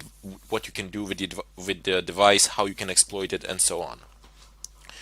Well, let's just have a look at it a bit closer. ifconfig. You can also do this. So let me just give an example of a grep command. You can use pipe grep, and you can type in this hwaddr, and there you go. This is a far better listing. So it will list ETH, link, Ethernet, and hwaddr, so you can see clearly what is written here. There are methods I can filter this through awk, awk, and then just remove this and leave only this to be printed out.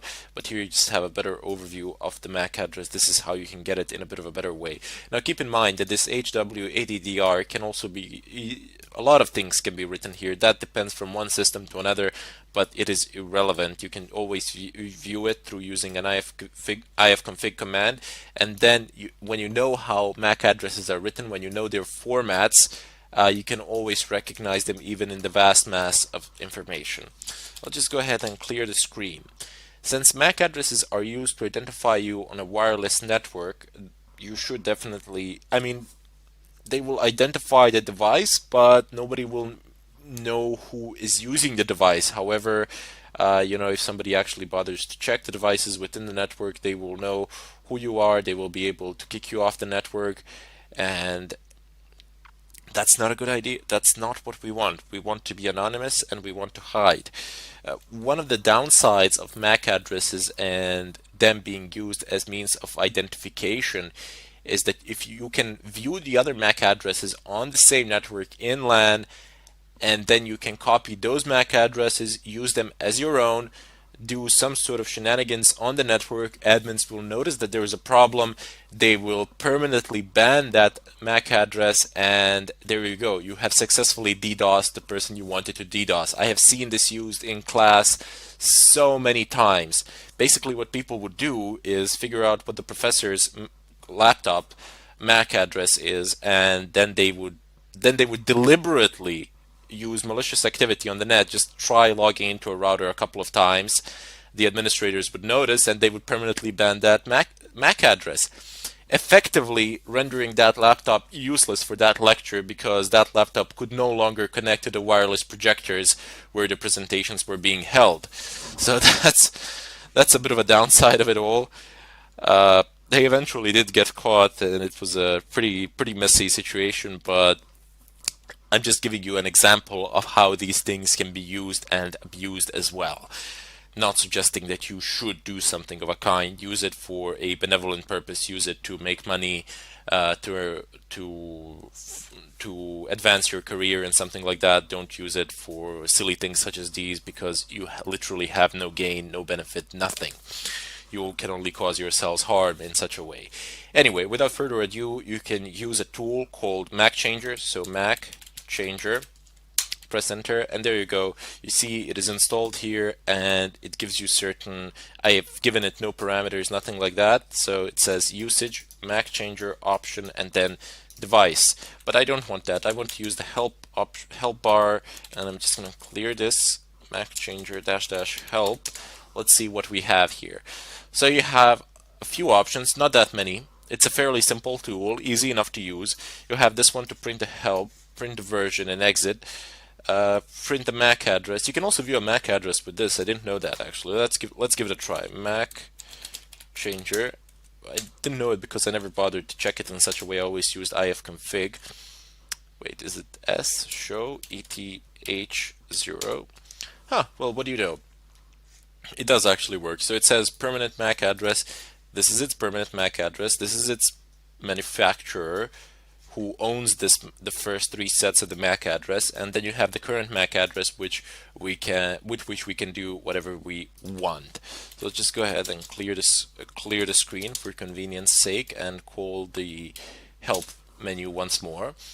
So this is one more way to check the MAC address and exit. This you can use actually to verify things. I usually just go and use ifconfig, but this is also a very nice thing to do.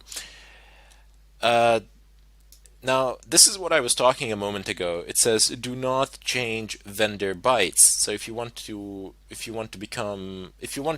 change your MAC address but still stay within the same vendor, it says don't change the vendor bytes. So those are the first 6 ones, the first 3 sets, that is. Set a random vendor MAC of the same kind. You can also use those parameters. These parameters are not used that often. Usually what you would use is either a fully random MAC address, or you would use it of a particular vendor. So you would go online, see what the particular vendor MAC addresses are, or you can print known vendors. So you got list, let me just show you, -L, and there are a lot of them. So it is only showing you the first 3 sets, and then for the other 3 you can type in whatever you feel like typing in.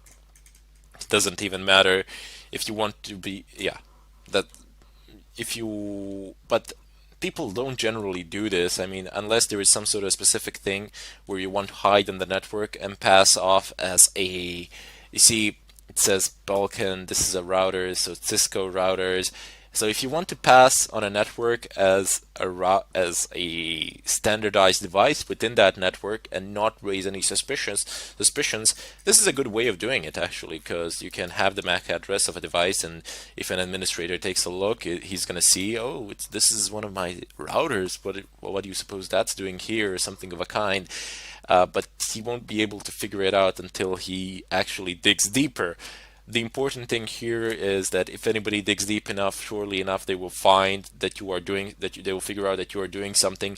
But the idea is not to raise any flags, any suspicion, and in such a way pass off unnoticed.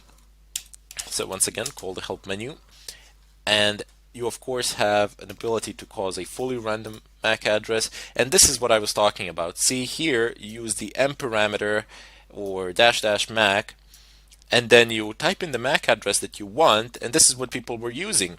They were using the MAC addresses of legit devices on the network, conduct malicious activity, and then those devices would be banned. So that's a pretty big problem that people were causing. So let me just show you what I mean by let me just show you how the changing of a MAC address looks like. We will deal with this sort of an attack a bit later on when we get into wireless hacking and breaking wireless encryptions and what you can do on a wireless LAN network. But here I just want to show you how a changed MAC address looks like. So let's just show ETH0. Okay, so we've seen this a moment ago. Now here's what happens when I use a MAC changer. MAC changer dash random ETH0. Press enter, and there we go. It says permanent, current, new. So this is the new MAC address, and it says unknown. I haven't assigned it to any particular vendor or anything of a kind. And if I now say show, excellent. So it says permanent and current. So this is the current one is the one that is being shown, that can be seen within the LAN network, and that is used to identify you, even though you can't actually destroy your own MAC address because it's literally burnt in. This one will be shared with everybody else, and this one will remain within your own computer. It will not it will not exit your interface under any circumstances. Anyway, good practice would be to always set up a script which on boot time changes the MAC address and sets it to random every time you boot your computer. So that's not a bad idea either. So if you are doing something and you forget to change the MAC address on LAN or something like that, it can be problematic. So not a good idea would be to set up an automatic MAC changing. So nothing really special there. You don't need to do any particularly difficult tasks. I will show this in the next tutorial, in the follow-up one. But until then, I hope that you have enjoyed the tutorial, and thank you for watching. Hello everybody, and welcome to this tutorial. Today I will start a chapter on footprinting. So I have explained what the act of footprinting is before, but now we will actually go ahead and conduct a few scans to see how it all works and introduce you to the tools that we will be using. So first off, we need to find ourselves a target to scan. Of course, I could just scan myself or something of a kind, but that would not be a realistic thing really, because I already know what the results are going to be, and plus on top of that, I'm not scanning long range over the internet or something of a kind. I would be scanning within my own local network, so the speeds of the scan would not be realistic, as it would be a lot faster than say when you conduct a scan over the net, some distant and remote server. So what I did was I went online, and you can do the same, and I found on the official Nmap website, they have a section devoted to actually allowing people to scan them to test their tool out. Now I'm selecting the permission. There is a written permission here that you can actually scan this website, and they basically say, I mean, you can scan it to test it out. A few scans a day here is fine, but do not scan 100 times a day or use this to test your SSH brute force password cracking tools. etc. So that's definitely something you don't want to do, but you can run a few scans on this site per day, and according to them, that's perfectly fine. It's you're not breaking any laws or anything of a kind. I'm just emphasizing one more time that you do have a written permission right here on the site, which is fantastic because it gives us an opportunity to actually simulate real-time circumstances and see how Nmap behaves. Now, Nmap is a unescapable tool of pretty much any pen tester out there. Many people say today, well, that it's pointless to port scan, doesn't do you much good, and so on and so forth. Well, perhaps in terms of exploiting the services running on the ports themselves, it doesn't do you that much good, but just by seeing which ports are open and which ports are closed, you can, to a fairly good extent, determine what operating system or what platform is being used on the other side. And then you can find weaknesses of that same platform. Of course, there are some other ways in doing this. I will show them to you, like banner grabbing or something of a kind. But let's just see how Nmap really works. Now, Nmap is known to basically trigger quite a lot of alarms, quite a lot of firewall red flags, so to say, and you want to make sure that your Nmap scans are as quiet as possible. Now there are tools to actually figure this out, but I will show you here how to actually do it via terminal. There's also something called ZenMap. Now, ZenMap is basically a graphical user interface of Nmap, but we will not be using that. Rather, instead, I want to teach you how to use a terminal version. So, Nmap is the one most commonly used, and it is always used in the terminal text format. Rarely anybody uses the actual graphical user interface. In the previous chapter, we have also discussed how to stay anonymous. So at the end of this chapter, I will be combining these things, scan footprinting, and the act of scanning, and anonymizing your scans. However, you might think about that before you get to the final tutorial of this chapter and perhaps try to do it yourselves. It doesn't matter if you fail or something of a kind. It truly doesn't. What is important is that you give it a shot. And you try it once, okay, failure, fine, no problems. Try it twice, thrice. The fourth time, you're bound to have some sort of results. As long as you keep improving yourselves, it's fine. In any case, without further ado, let's just type in, just nmap, nmap dash dash help. Oops, I mistyped that, of course. Nmap. Press enter, and there we go. There are a lot of options here. I mean, a ton load of options. Way more options than we actually need for some sort of basic things. However, uh, eventually, over time, you will come to understand that all of these options are not here for nothing. They are here because they were needed at some point of time, and they are pretty much all still used. So what you need to do is scroll down to the bottom, and here you have examples of how Nmap runs. So you type in Nmap -v almost always, 99% of times, 99% of time is verbose output. Basically, you're telling your system to give you more information in regards to what it is doing. -A, I'm not sure what this function is. Oh, okay, here it is. -A, enable OS detection, version detection, script scanning, and trace route. Don't think we're going to need that immediately. There is -O function, which is just for OS detection. Anyway, and then you can pass either this one, you see scanme.nmap.org, which is basically the domain name, which will get resolved to an IP address, or you can actually pass it an IP address. And if you're wondering what this is a mask.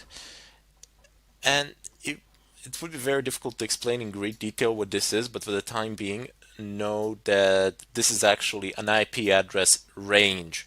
So it goes from a certain IP address to a certain IP address, because this goes way into networking and binary numbers and so on and so forth. But you do not actually need to use this format. Not that many people actually use this particular format with the mask.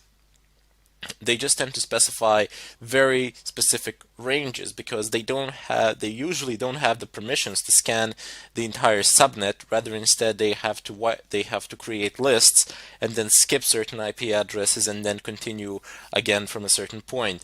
So they do need to create lists, and that can be a problem. Now, up here, you at the top, you have another very important option that's going to come in handy. You have -il, input file name.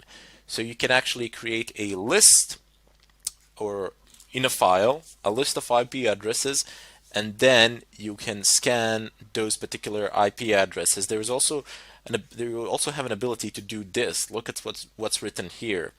So just take a look at this segment, and it's 10, 0, and then this segment here, this octet here, it's 0 to 255, and then the last octet is 1 to 255. If you're wondering why I'm calling these things octets, it's because they have 8 bits. Each one of these has 8 bits, and it is represented in a binary form, so it can have 8 zeros, or I don't know, 8 ones, or a combination of ones and zeros, but it has 8 bits, so 8 positions. That's why they're called octets. This is a very common form that people tend to use, and this is what you will find your cells using. Either this will be a method in which you will specify the IP addresses, or you will be passing files. So these files, usually people, well, they either make them themselves, or they can find these IP addresses on the internet. So in addition to this site, nmap.org, you also have this one here, major IP blocks. Let me just see if I've typed in that correctly. And this is yep, there it is. Okay, so this is a fantastic website. The entire range of pretty much all the IP addresses are listed here, and it also says who owns what. It doesn't say for every one of them who owns which one, but for example, you can search and find, and it's going to give you the appropriate IP addresses for that particular country, and it's going to give you the owner of those IP addresses. Usually it's just telecoms, but you also have other people who own them as well. So let's just give it a shot. Search, I don't know, let's just type in Germany, or I don't know, France, whatever. Okay, this is not the proper search, but no, that's not a problem. Actually, you can find it down here, and I'm not going to type it in here, or I could. Control F, France, there we go, down here, just saving myself a bit of time there, and there we go. So you have a range. This is a given range here. It's from 2000 to 215, 255, 255. This is a massive range. This is a humongous range. Look at how many. This is how many IP addresses you can have in total, how many of them you can generate within this range. So it's quite a lot. It's French Telecom. I don't know, for some reason they need it, so you can sort them out by the owner. And you can see that a lot of them are actually not listed here. Wow, France has like a lot of IP addresses assigned to it. They're not free, they cost money. Let's just go ahead and see down below. Where is it? Where is it? Okay, so you see all of these IP addresses, and this is a pretty massive range. So this is a telecom in in France, sorry, not in French, in France.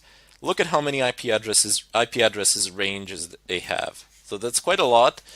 And this site, as I said previously, you can use to figure out which IP address range do you wish to scan, but you usually do not have the permission to scan the entire range. You can scan certain IP addresses within that range for which you have a permission, but also a very nice site to determine where the IP address is from or something like that. However, always remember, once you get an IP address, your search engines on the net are your best friends. This is one of major components of footprinting. You can do the following. You can type in who space is, and then type in an IP address. I don't know, I'm just going to type in this random IP address. So if you don't want to see it here, you can have a look at it here. Oops. Who is, and I don't know, somebody's going to tell me who this guy is, or to whom does this, there we go. So I've typed in who is, and I've picked the first website out that I could find, and here I have all the information in regards to that particular IP address. I have a country, I have the username of the admin, I suppose. I have its status, remarks, source. I even have a, yep, there we go. There's actually an address, a physical address of the IP address, which is ridiculous. Yeah, so as I said, search engines are your best, and I mean absolutely best friends. If you want to find pretty much anything on the net or something like that in regards to an IP address to do any sort of research. So those are the two tools that I have showed you. Actually, three of them. Well, one tool and two websites that you can the one tool, one website, and one search method, which you can use in order to determine where the IP address is from or who is using it, and even to determine its physical location. Although its physical location can be assigned to a telecom, and that telecom can assign it to a city and to a specific region in the city or something of a kind, and then you can find it on Google Map, on Google Earth or something of a kind. But usually those things are not that precise. What is precise, however, is that the IP address belongs to a telecom or something of a kind, and they keep rotating them in between the cities. So if you have, let's say, 100,000 IP addresses that you've scanned, and if you wish to sort them out by the city, you will get like 70 to 90% accuracy depending on which country did you do it. Can be problematic because you're going to miss out on some things, but if you don't need 100% accuracy, you can get your sorting done pretty well. There are databases which you can update. I will show you these things. They're called GeoIP lookups. But before we do that, you also have something called NS lookup, NS lookup, and I'm just going to use this generic name here, scanme.nmap.org. Let's paste it. And there we go. I have basically said I want to look up files on scanme.nmap.org. And okay, this is my DNS server, which is basically my router. You see it says port 53. You know immediately that it's DNS because all DNS traffic runs on port 53. And then we have the results. So this is the domain name, and you get the IP address down below. So this is also one of the ways in which you can get the IP address of a site with a domain, because once you know the domain, you don't actually know the IP address until you look it up or something like that. But there's a far simpler method. You don't need to use NSLookup.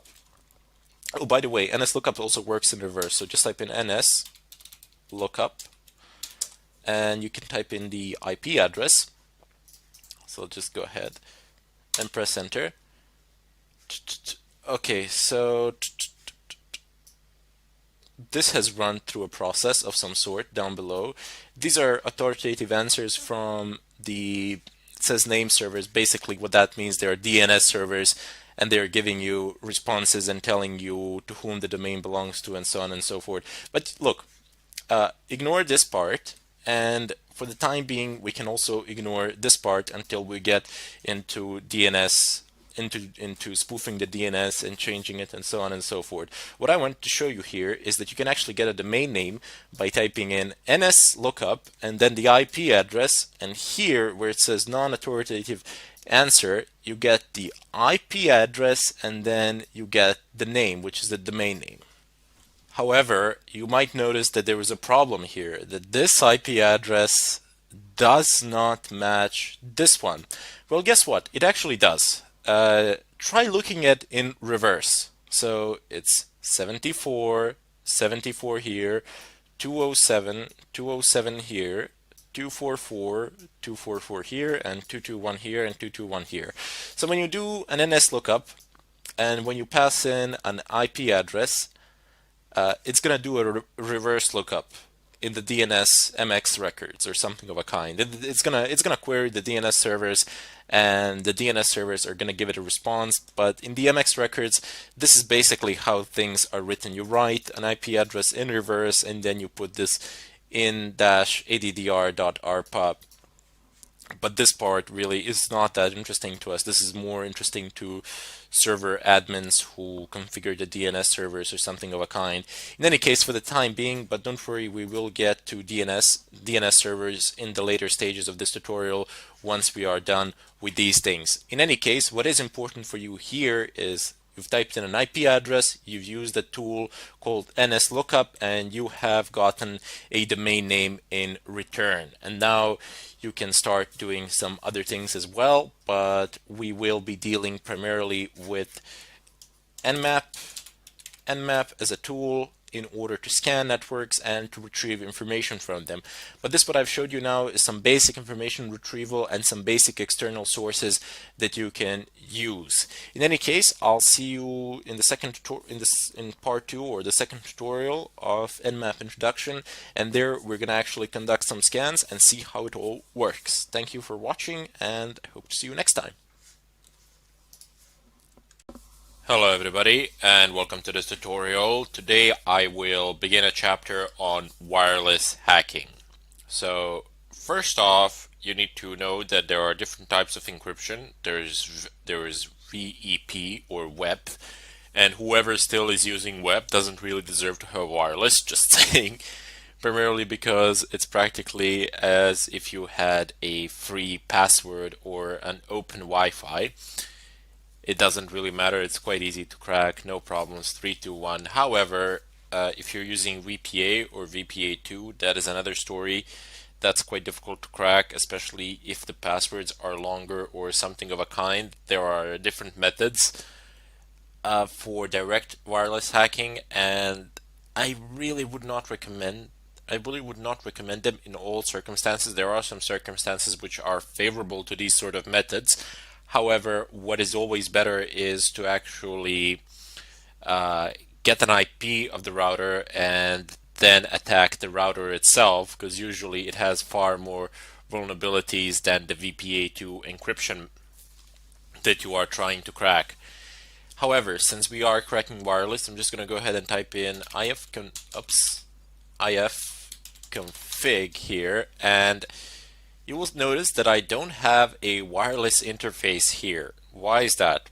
Well, even though I have a network integrated card, wireless one, within my laptop, this is a virtual machine, and virtual machines do not support integrated network cards. They can only go through your through your host machine, and in such a way, virtual machines are secure, so you can install all sorts of stuff on them, viruses, etc., and you'll still be safe. They won't be infecting you, and they won't be able to disrupt the normal functioning of your host machine. However, there are methods where you can get a USB wireless card and plug it in, and you can set up a pass-through for your wireless machine and in such a way gain access to wireless. However, password cracking from a virtual machine is not a good idea. I mean, it's a terrible idea, especially using VirtualBox. Maybe if you were using Xen or something of a kind, where you have 90 to 95 native performance, that would be great. But using VirtualBox for password cracking, that is a really bad idea. Primarily because, let me just show you here. If you go devices, and I can click on, sure, why not? I'm just going to go ahead and click on network settings, and then I will get the menu for the other things. So let's just go ahead and click on general. Is it here? No, system, sorry.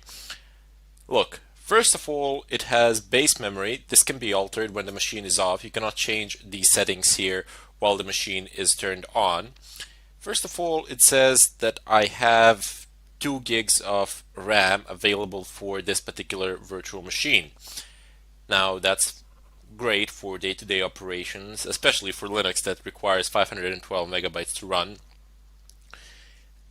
However, if you want to brute force a password, if you want to take that path, if you want to use a brute force method, just by generating huge password lists and trying to guess it, this is not really a good amount of RAM.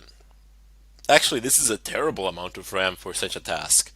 And if we go ahead and click on the processor, you will see that, okay, execution cap is 100%, but we only have a single core assigned. It says here one CPU core in the upper bar, in the upper status bar. It says processors. It's gray at the moment because you can't change the amount of processors that a machine is using while it's running. So that makes no sense of whatsoever. You wouldn't be able to do that in the real world either. Maybe on some large servers or something like that, but even they're very doubtful that you can actually swap a processor. That's mainly for swapping disks or adding RAM or something of a kind.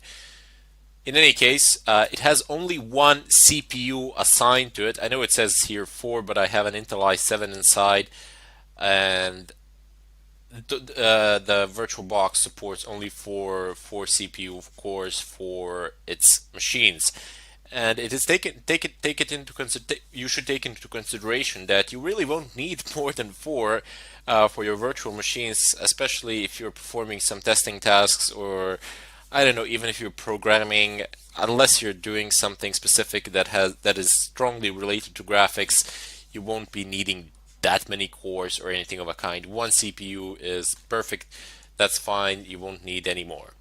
So anyway, I'm just gonna go ahead and click. Oh wait, acceleration. Yep, never mind. I'm gonna click OK here, and I just wanted to show you that in order to demonstrate that the resources of your virtual machine are simply not sufficient in order to support a brute force method. As I said, you can actually buy for about 20 bucks somewhere in the store a network card, a USB network card with wireless one. Plug it in, pass through the ports, and it's gonna work, but it's gonna be terribly slow. What you need to do is either set up a dual boot, or if you are running a Linux machine as your host machine, you can do what I will do now. Let me just move away from this. Excellent. So because my main machine is Fedora Linux, I have installed all the necessary tools on it. Pretty much you can install the same tools on Fedora as you can on Kali. And I will be doing my pen testing from here, from Fedora. I will exit the virtual machine. I will no longer use Kali for this purpose. However, if you are a Windows user, if you don't have a native Linux system as your host machine, you will also be able to do this in Windows. I will show you the installation process alone. I will not show the actual method, but principles are the same.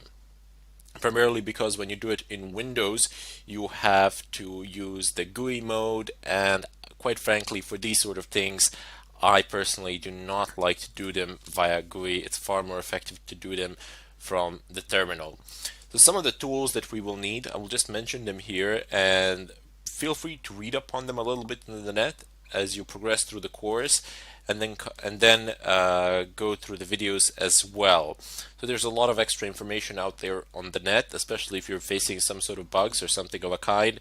Also feel free to post it in the question section if something is not working. I will be more than happy to try to fix it for you. So just type in yum search. Oops, sorry, yum search. This is one of the tools that we will need. Aircrack-ng. Press enter, and it should find it shortly. There we go. Aircrack is in the default repositories of Fedora, and you will be able to find it there without any sort of problem. So it says aircrack-ng x8664. This is a standard for wireless, and it says sniffer, VEP, and VPA PSK key cracker. We're interested in this part, key cracker. Basically, you can install it anywhere. We can even install it on the virtual machine, capture the file on the host machine, transfer the file there, but there really is no point to do that. Now we will install it, and I will teach you how to use it. There are lots more things related to Aircrack, but there is one more tool that we will use that employs a completely different method, uses a completely different way of cracking wireless passwords. And we'll mainly be talking about VPA and VPA2 passwords, encryption methods. I will do a brief demonstration of how to crack WEP, but I mean, chances of you encountering WEP in today's world are practically non-existent. I mean, if just you open up your cell phone, I don't know if you're using Android or Apple's phones or whatever, or Windows phones and whatever else is out there. Just take a look at the wireless networks around you and take a look at the encryption methods because they will be shown to you. You will almost never and see WEP. If you ever do see it, it's practically open Wi-Fi because WEP has been cracked. It takes a very short amount of time to break it without any sort of problems. You don't need to use any sophisticated methods of any kind or sort. A child could crack it without any problems, basically just follow through the procedure, and that's it. Now, as I was saying, there is another method of doing this for VPA, and the tool name is Reaver. Reaver. Now, Reaver is not in Fedora's default repository, so we will need to go through the installation process and find it on the net. But basically what Reaver does is guesses the pins on your router. So most routers these days have pin authentication whereby you press a button and everybody around you can connect to that router basically. These things have been invented primarily for Windows users.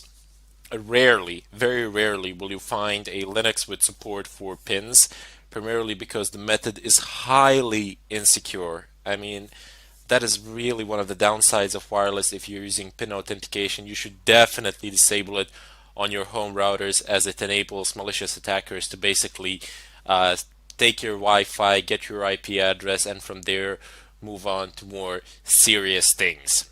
I will show you how to disable these things as well on one of my routers that I have here. I think I have a TP-Link or something like that. I will plug it in later on and show to you what it does. But in any case, as a part of the AirCrack package, you will get a few other programs which we will use, and later on there is one program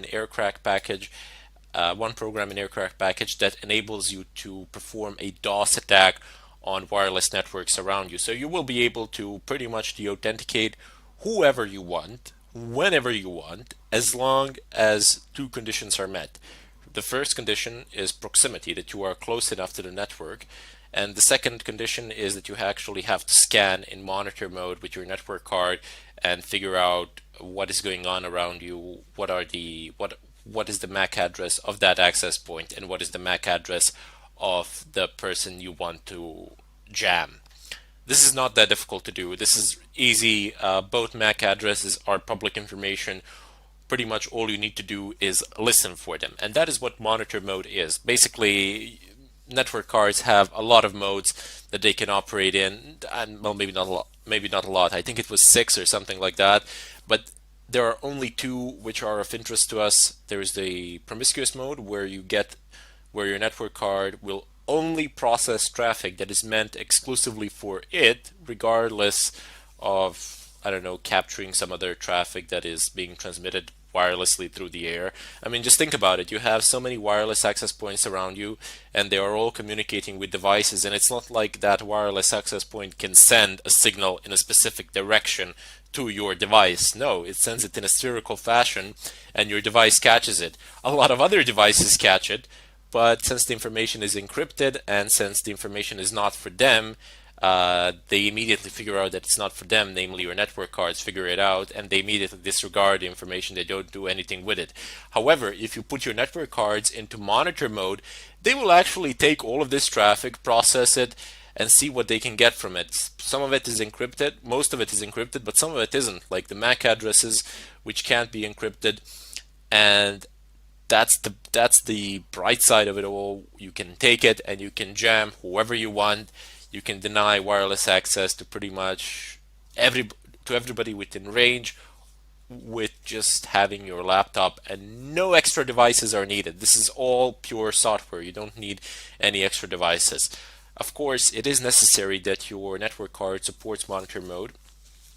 There is a compatibility list on the net. I will show it to you in the follow-up tutorial, but for the time being, I just wanted to introduce you to the chapter and to see what we shall be doing.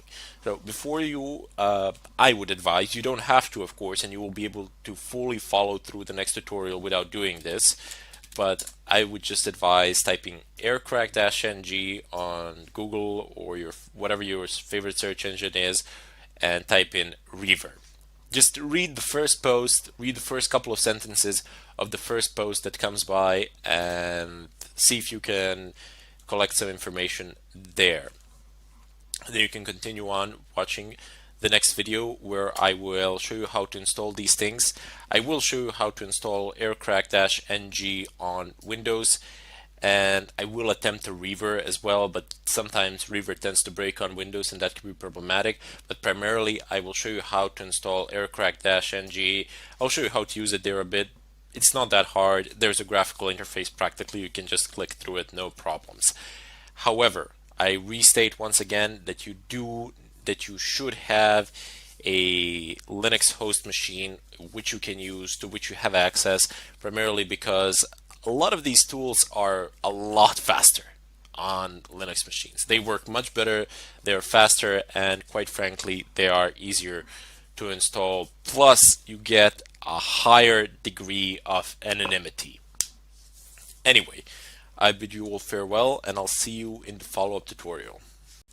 Hello everybody, and welcome to this tutorial. Today I will show you how you can install Aircrack and Reaver. So Aircrack is pretty simple. Just type in yum install aircrack-ng, and it's going to pick up the right version by default, so just go ahead and press enter. In Fedora, it runs through checks every time you call yum. You can pass a -c argument in order not to do that. It says package aircrack-ng is already installed and latest version. But if you might be prompted for a question along the way. If you want to skip that, just go ahead and type in -y. That's it. With this command that I am selecting at the moment, installation will fly through. You won't be prompted for any questions, and you will have aircrack-ng installed on your system without any problems. However, Reaver is quite a different story. Reaver cannot be found in Fedora's repositories, and therefore it has to be downloaded from the net. Now, there are lots of places to do this. I have chosen to download it from Google Code. That's basically the safest place from where you can download it. And let's just go ahead, open up my favorite browser, which is Firefox. You can open whatever you wish. Type in Reaver Google Code. Should pop up. Yep, this is it. There we go. Now we are on Google Code website where we have Reaver VPS. You have a description here, and you have a Pro version here. Basically, the difference between the Pro version and the one that we're getting for free is this graphical user interface, which, I mean, let's face it, if you're a pen tester, you or a white hat hacker, you're not going to be using that much of a GUI. I mean, pretty much not at all. Optimized pin sequencing, this just means that it's going to try pins in a certain order, which is more likely to succeed than the default one, according to someone, but not necessarily true. And integrated WEP cracking, and as I said, you don't really need WEP. You're not going to be able to find it these days pretty much anywhere. If you do, as I said before, those people don't deserve to have Wi-Fi. It's basically open Wi-Fi, regardless of what sort of a password you put in. Make sure you're not one of those people. I mean, fine, okay, somebody's gonna be able to connect to your network and all that, but it opens up a route for a lot worse activity, for something more malicious. Let's put it so. They'll be able to reroute your traffic and do stuff of a kind and sniff it. Not a good idea. Just switch to VPA or VPA2. Anyway, I'm gonna go ahead and click on downloads in the upper left corner, And there are different versions here that can be downloaded. I mean, there are bug fixes. There are no fundamental differences in the way that Reaver works in between these versions, but there are bug fixes definitely, and that is very nice. It is maintained. The package, there's support for it, and so on. So just go ahead and click on Reaver 1.4.tar.gz, and it says reaver.tar.gz here, file description, etc. This is a checksum. You can use this in order to verify is your file intact, but I'm not going to do that now. I'm just going to go ahead and download it. So once it is downloaded, you can go ahead and open up the folder in which it actually exists, and I have a lot of things here. Where is it? Where is it? Here we go. So it says I have different versions that I have downloaded from different sites, but if you find this package that I am selecting for you at the moment, it says Reaver 1.4 FC20. The letters are pretty small, and this is maximum that I can zoom it in. Uh, don't download it. It doesn't work that well at all. It tends to break, and the .rpm extension doesn't work quite as you would expect it to work. Just download it from Google Code and compile it from source. There's no reason why not to do it, especially when you have me showing you in detail how to do it. So just go ahead and double click on this file. You can extract it with a through a GUI method. It's far simpler. You can also extract it through the terminal, but I'm just going to go ahead and use GUI for this occasion. This is one of the advantages of Linux over Windows. By default, it will be able to unpack pretty much anything. Zip, tar, WinRAR, whatever, it's going to be able to unpack it, no problems, which is fantastic. No extra installation needed. This is all installed by default. So let's just go ahead and click on extract. Now, where do I want it to extract? Let's say to desktop, because I'm going to delete it anyway, as I already do have it installed. So just go ahead and press OK. And right. No, give me desktop. Sorry for this. Okay, and yeah, I've just issued just told it to do it twice. Oh well, apply to all, overwrite. We're not gonna lose a lot of time there as the extraction process is relatively fast. Okay, so let's just go ahead, go back to our terminal, navigate over to desktop. Oops, desktop, and I imagine I have a lot of things there. Nope, it's not this one. Okay, so cd home chronic desktop, enter ls, and do I have it here? Yep, there we go. So clear, oops, clear. Let me just show you that I do in fact have it. Ll. It's much neater if I do it like this, and there we go. Reaver 1.4. Let's navigate over to that folder. Reaver 1.4, clear the screen, list the contents of the directory, go to docs first. Let's just go ahead and see what is there.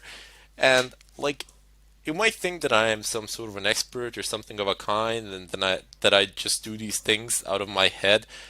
No. People create README files for a reason.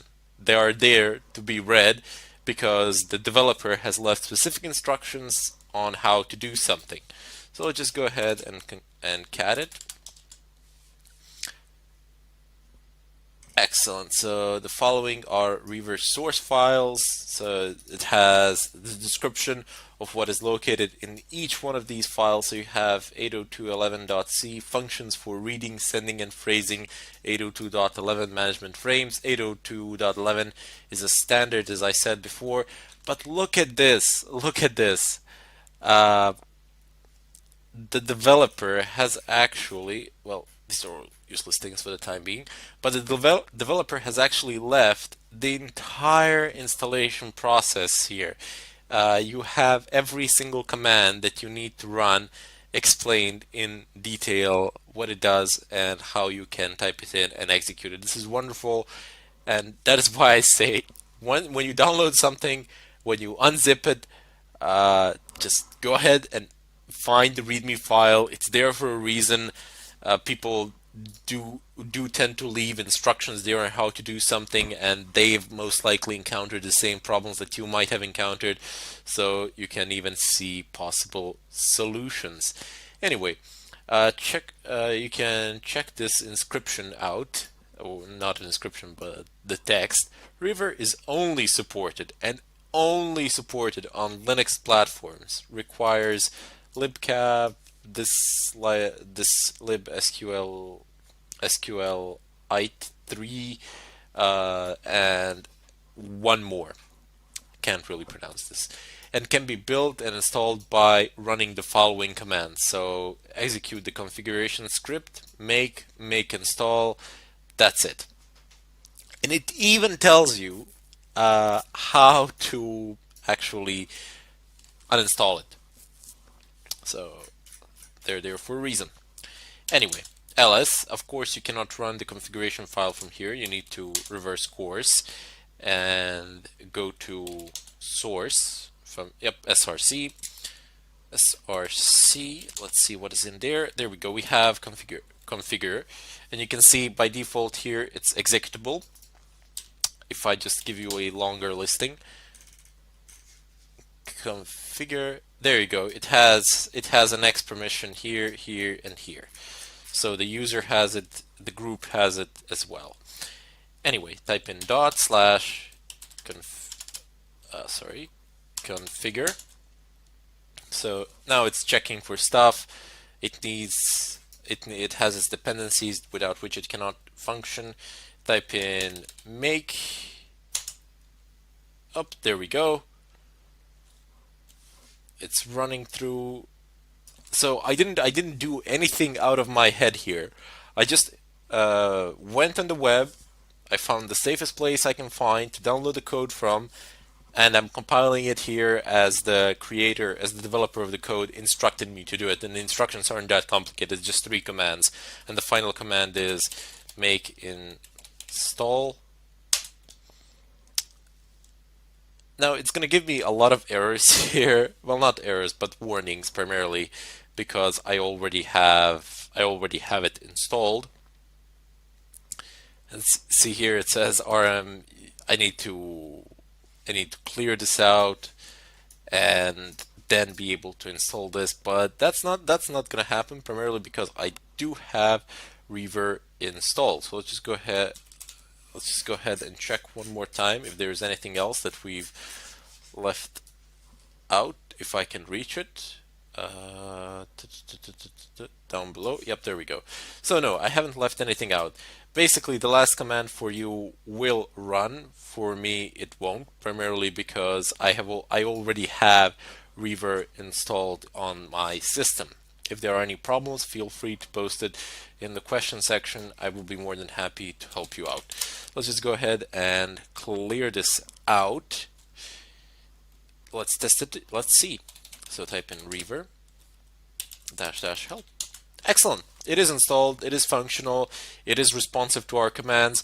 And here is the syntax for Reaver. This is the basic syntax. Of course, you can pass all of these arguments to it, and there are quite a lot of them. Basically, what you say is -I for network interface and -B for BSSID, or for the MAC address. Simpler put quite simply, for the MAC address, here you have it. This is just a sample MAC address that has been generically placed here. And of course, we have, even for Reaver, -VV for double verbose output, which is fantastic. Let's just go ahead and clear the screen. That was a way in which you could have installed Aircrack and Reaver in Linux. But just in case you are a Windows user, I'll show you how to do it in Windows. Until then, I bid you farewell. Hello everybody, and welcome to this tutorial. Today I will show you how you can actually crack a Wi-Fi. Today we will actually get into it, now that all the prep work is done, now that we have all the tools installed and our system set up. The first thing that we will need to do is set our network wireless card into monitor mode. Type in ifconfig, press enter, and this option will display all the network interfaces that are available. My wireless interface is called VLP2S0. A bit of a strange name, I know, but Fedora has a custom for giving strange names. Like my wired connection is called P8P1, which is kind of weird, but okay, never mind. Just see which one's your is and how is it called and adapt accordingly. Anyway, I'm going to use VLP2S0. In order for me to configure it to function in monitor mode, there are two ways. So the first one is what I usually use to set it in monitor mode, and the second one is what I usually use to actually check if there are any problems of whatsoever. So go ahead and type in ifconfig again, VLP2S0, which is the name of my wireless network, which is the name of my wireless network card, and type in down. Let's shut our wireless card down completely. Let's turn it off. And now we can do some modifications to it. Type in iv config VLP2S0 mode monitor. Again, if config VLP2S0 up, and now our network card is configured to function in monitor mode. While on the other hand, while before this it was functioning in the promiscuous mode.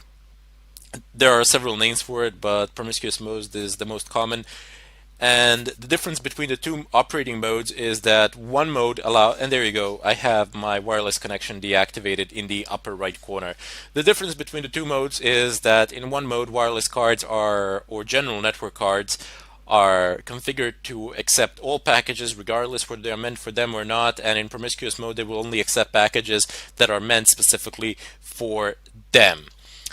Now I'm going to go ahead and clear the screen, and I will finally start using some of the software packages that come with AirCrack. I have a list of commands here for you which we will use today on my right side, and we're going to use a few other ones, but these are the basic ones. These are the ones that you absolutely need to know.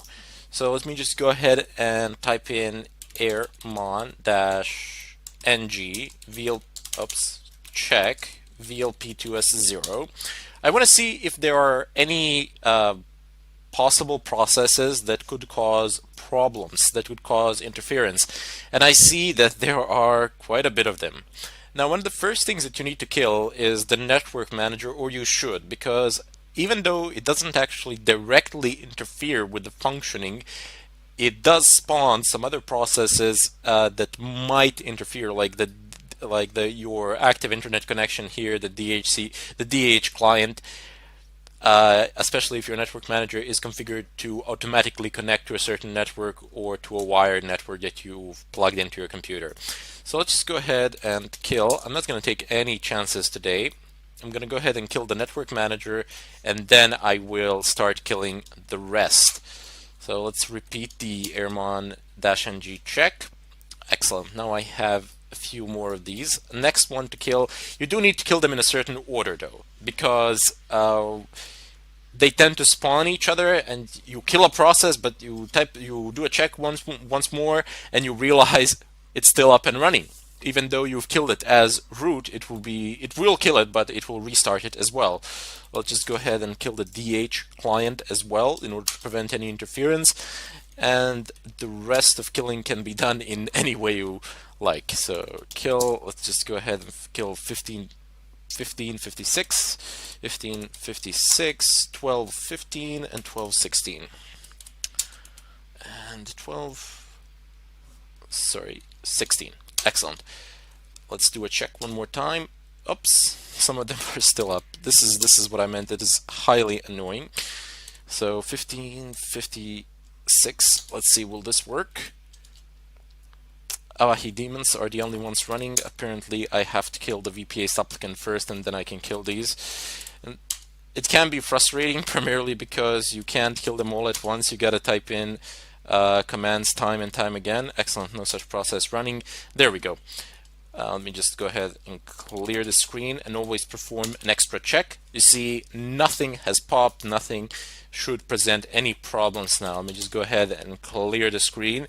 The next thing that we want to do is perform a scan of our environment here to see what sort of connection, what sort of networks do we have, and who is connected to which network.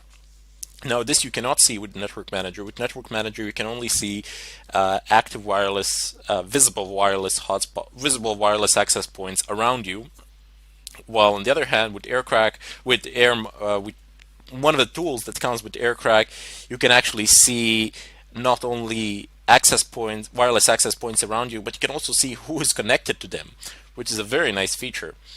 So let's just go ahead and type in the first command from my selected list here. It's aerodump-ng vlp2s0. vlp2s0 is our interface.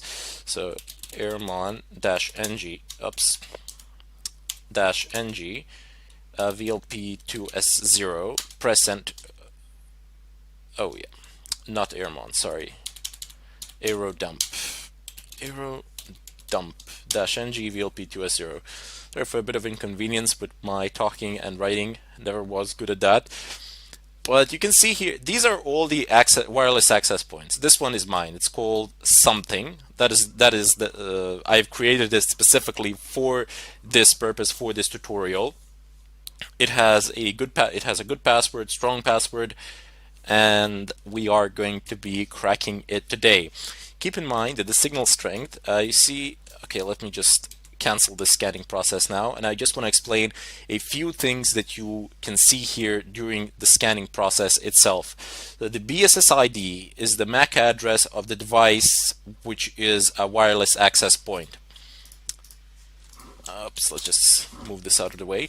Excellent. So the BSSID is the MAC address of that router, of that wireless access point. The PWR is the strength of the signal. So the smaller this minus is, so let's say minus 30, minus 15 is a lot better than minus 30. Let's put it so. Minus 57, you're going to have, it's not going to be the best of connections. Minus 78 or minus 84, yeah, you might be able to connect to them, but this is not going to be a good connection at all. However, even though the signals are this weak, if you have a good enough wireless card, you will be able to perform the authentication, and therefore I will be able to render any of these networks that you see here pretty much inoperable. But that we will do in the later tutorials. For the time being, I just want to show you one of the ways in which you can actually crack the VPA2 encryption. The DOS attacks are very useful. I mean, they can practically render almost any Wi-Fi network out there useless. Nobody will be able to connect to it, or you can de-authenticate a specific client on the network, which is also extremely useful. So let's just go ahead and clear the screen. Once again, I will run the aerodump, and I will expand this terminal so we can see some other things as well. So it says something, it's 90F6. I am looking for something to be associated with 90F6, and that is what I shall use in order to actually de-authenticate, because we are looking for a four-way handshake. It will appear in the top right corner. There we will be able to see all the packets that are coming in, and there we will be able to actually capture a file and see what is going on. But that is not possible to do at the time being, primarily because we are scanning for pretty much every single network out there, and I just wanted to show you how it looks like. The next thing that we need to do is perform a specific scan. So now we will be targeting this network here, as it has a good signal, and more importantly than that, I have a permission to do whatever I want with this network, as it is mine. These down below are not mine. Also keep in mind that we are not doing anything illegal here, anything of a kind. Everything that you see here is pretty much public information, because this is what all the Wi-Fi routers around me are broadcasting. They are broadcasting their MAC address, and they are broadcasting the name, basically. The ESSID name is not a technical term. ESSID is the term, but everybody, I don't know, refers to it as a name of a wireless access point or something of a kind.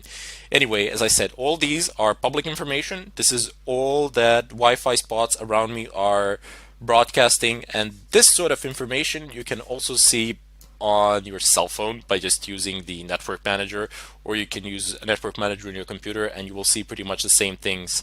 You will see that it's VPA2 encryption, you will see the MAC address, and you will see the ESSID. Of course, this is the ESSID will be the first thing that you see on the network. Also, you will see the channels as well. These stuff in between, you don't have to worry about those. They're not that relevant for our purpose today. Anyway, I will call the tutorial here, and in the next one we will be performing a specific scan where we will capture information and use that capture file in order to crack the encryption. Till then, I bid you farewell, and I hope to see you in the next tutorial.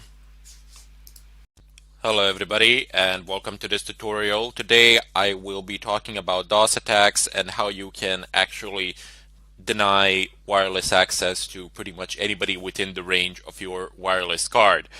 Now, your current range of your wireless card is not your permanent range, or probably it's not your maximum range, because you can boost the signal as well.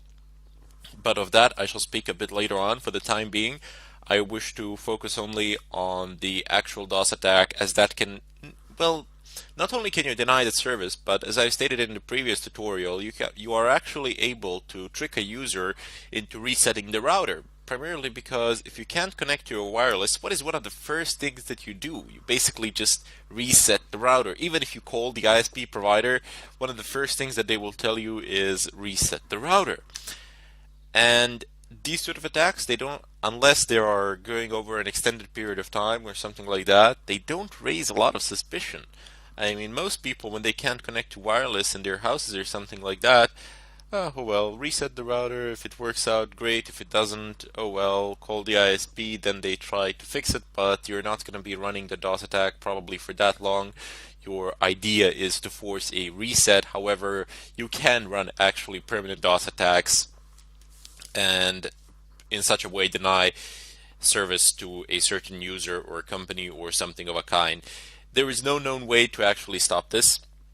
There are, as I've stated in previous tutorials as well, you can use some paint or that doesn't allow signals to pass through, or you can use some tinfoil or something like that on the walls, but you are effectively limiting what you can do with your own wireless in such a way, and that's not really the best of solutions. Anyway, there are certain things that a user can do on the other side to mediate this sort of an attack, such as change the channel of their wireless access point, change the MAC address, but none of those things are actually stopping the DOS attacks. All of those things, all that they are doing is simply hiding and buying for time. All you need to do is simply follow up on the changes. For example, do a scan again if you see that there is something wrong, and that's it. You will find a new MAC address, you will find a new channel, and you will see the new ESSID as well. So anyway, without further ado, let's just go ahead and perform this sort of attack, see what happens and how can we actually confirm it. Anyway, the first thing that we need to do is set our wireless network card into monitor mode. I have a small script that I have written for myself here. I have explained it in the previous tutorials. If you're just wondering why am I not doing this via airmon-ng, so airmon-ng, and you can also do it like this, VLP2S0. Well, I've discovered that on Fedora, the distribution that I'm using at the moment, and the one that I'm using for the demonstration of this tutorial, well, it just presents problems. I mean, it creates virtual interfaces, and I don't know, you get an error like name not unique on the network, and there's a way to fix that or a workaround, something like that. But I've just written my own script that I'm going to use. You can use it as well. I've shown it in the previous tutorial. All it does is bring the interface, wireless interface down, changes its state, changes the mode to monitor mode, and then changes the state back to up again. Here we can just see it one more time quickly. Excellent. Perhaps I should have add a MAC change here as well. That would be actually a good idea, but for the time being I'm not going to do that, primarily because there is no need to hide as I am doing this to my own wireless system. However, if you're doing this outside, definitely use MAC changer-r VLP2S0. You can only change the MAC address when the interface is down. You cannot change the MAC address of the interface that is up. How to do this I have shown in the previous tutorials as well. Anyway, let's just go ahead and clear the screen. I usually run this command airmon-ng check VLP2S0. I use this not to initiate the monitor, not to set the monitor mode, but rather instead to perform a checkup to see if there are any programs, any processes out there within my computer that might cause problems or interference. Apparently there are none. If there were, once you run this command, it would give you the PIDs of the processes, and you could kill them easily. No problems there. Let's just go ahead and clear the screen. And the tool that we need to use as part of the aircrack package here is AI replay. So before we actually start doing that, we will of course need to perform a scan with a tool that we have used previously. So air dump, I have no idea why they call it. So air dump -ng VLP2S0 press enter. Oops. Aero dump. It's aero dump, sorry. I always make a mistake there, but you can just use tab as I've shown, and it's gonna work out well for you. So apparently I have some open access points here as well, and I have noticed a very strange thing. When I perform these scans during different times of day, the signal strength varies, and the amount of wireless access point also changes. I'm just gonna stop this because there are too many of them now. The wireless access point, the amount of wireless access point changes, and the signal strength changes. What I've noticed that people are doing is that they actually turn their Wi-Fi's off during certain times of the day when they are not there, or when they are not using it, or something of a kind. And that is a very wise precaution. I mean, that's a very intelligent thing to do, because if there's nobody in your house, if there's nobody using your Wi-Fi, there is literally no reason for you to leave it online. Just pull the plug. Simple as that. You increase the safety of your home network exponentially. Primarily because not only are you permanently invisible during certain periods of time, but you are also effectively limiting windows of opportunity for anybody to attack you. And that can cause a ridiculous amount of problems to an attacker.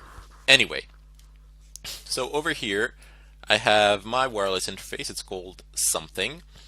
It's on channel 6, and its power, it's relatively good, but look at my neighbors. I conducted this scan last night, and my own wireless was about 50 something, and my neighbors was 59, which was ridiculous. I'm guessing this guy is right next to me or right below me with an antenna attached to the ceiling or something of a kind. I have no idea, but he's getting like a really strong wireless signal. I'm gonna have to ask around to see who this is, just to see what the signal strength is on this router. But anyway, it doesn't really matter. Let's just use the AI replay. However, I didn't find a way to actually specify a channel in AI replay. Perhaps there is an option there or something of a kind, but it doesn't really matter. I didn't try too hard. What I want to show you is that you can actually change the channel of your wireless network card manually. So just type in IV. Wait, before we actually do that, let's just try a random scan and see what happens. So AI replay -ng, and here we're going to need to specify -0. So -0 is from the list of arguments that I do believe that I've showed previously, but doesn't really matter. So you see in the help menu you have deauthentication, you can use -0 instead of that. Fake authentication, you can use -1 instead of that, and so on and so forth. You don't actually need to type in the whole command, rather instead they've enumerated them, so it's a lot easier to actually use. Anyway, we're going to say -0 and space, it says count. So how many deauthentication requests do you want to send? You can specify a number. It can be a very large number here, or you can just say 1 for single deauthentication for capturing the WPA2 handshakes. Well, you're probably going to need more than 1, but it doesn't really matter. I usually have a tendency to place a 0 here. 0 tells it simply do it continuously. So you can just do it until you feel satisfied or until you've achieved your purpose, and then Control C to actually cancel it. No big deal there. Anyway, after that we need to specify a -A option, which is the BSID. And then in addition to that, we need to specify the interface that we're going to be using. Press enter, and there we go. So it says here on channel 3, but I know for a fact, and you can scroll up, you can see here something, it says channel 6. So this is not going to work. It says no such BSSID available. Please specify ESSID, so the name, perhaps the name of the network. Yeah, that is due to this channel problem. So this is channel 3, and my wireless interface card is functioning on my wireless access point is actually functioning on channel 6, while my wireless network card is functioning on channel 3 in my laptop. What we need to do is manually configure the channel of our network card. So IW config VLP2S0, which is the name of our interface, and then channel, and then just say 6. So it's very simple. It's like English language. You have a command. So IW config, the name of your wireless interface. Just type in the argument that you want to change, which is channel. Same thing with mode. So just type in mod here and change it to whatever you want. But in this case, we're changing the channel. So just type in channel space, and then just type in the number of the channel you wish to tune it. You wish to change it to. Anyway, now our wireless network card is operating on channel 6, and if we repeat the command that I have previously shown, you will see immediately it actually passes. This attack is more effective when targeting a connected wireless. Yep. Okay. So there is this message that we're being displayed here. This is not an error message, this is just a note of a sort. We can also deauthenticate individual clients on the network, so we don't need to see this attack that I'm performing now. This will deauthenticate everyone on that wireless card, on that wireless access point. Everybody will be deauthenticated.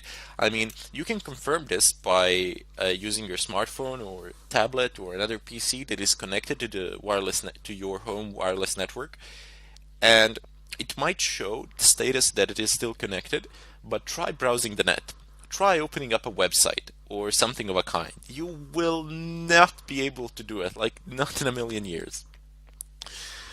Also, there are some MAC filtering options that routers tend to impose, but doesn't matter. I've shown you how you can change a MAC address, and you can also set a script which will rotate your MAC addresses periodically, so that can be a nightmare. Also, the routers have the option to adjust the MAC address to adjust a certain range of MAC addresses which can access it, but again, you will be able to see the authenticated clients on that network and just use their MAC addresses instead and pass through. As I said, this is ridiculously difficult to stop, and it's really painful when you're being DOSed in terms of wireless. There's very little that you can do. I honestly don't know of any known method to actually completely stop this, but we'll see. There are some enterprise type routers that are actually able to fight this off to an extent, but we'll see what the future brings. Anyway, I will be doing more of this in the follow-up tutorial, and I will show you how you can deauthenticate a single client, plus we'll be writing down some bash scripts and see how that works out to improve our attack. In any case, I bid you farewell, and I hope to see you in the next tutorial.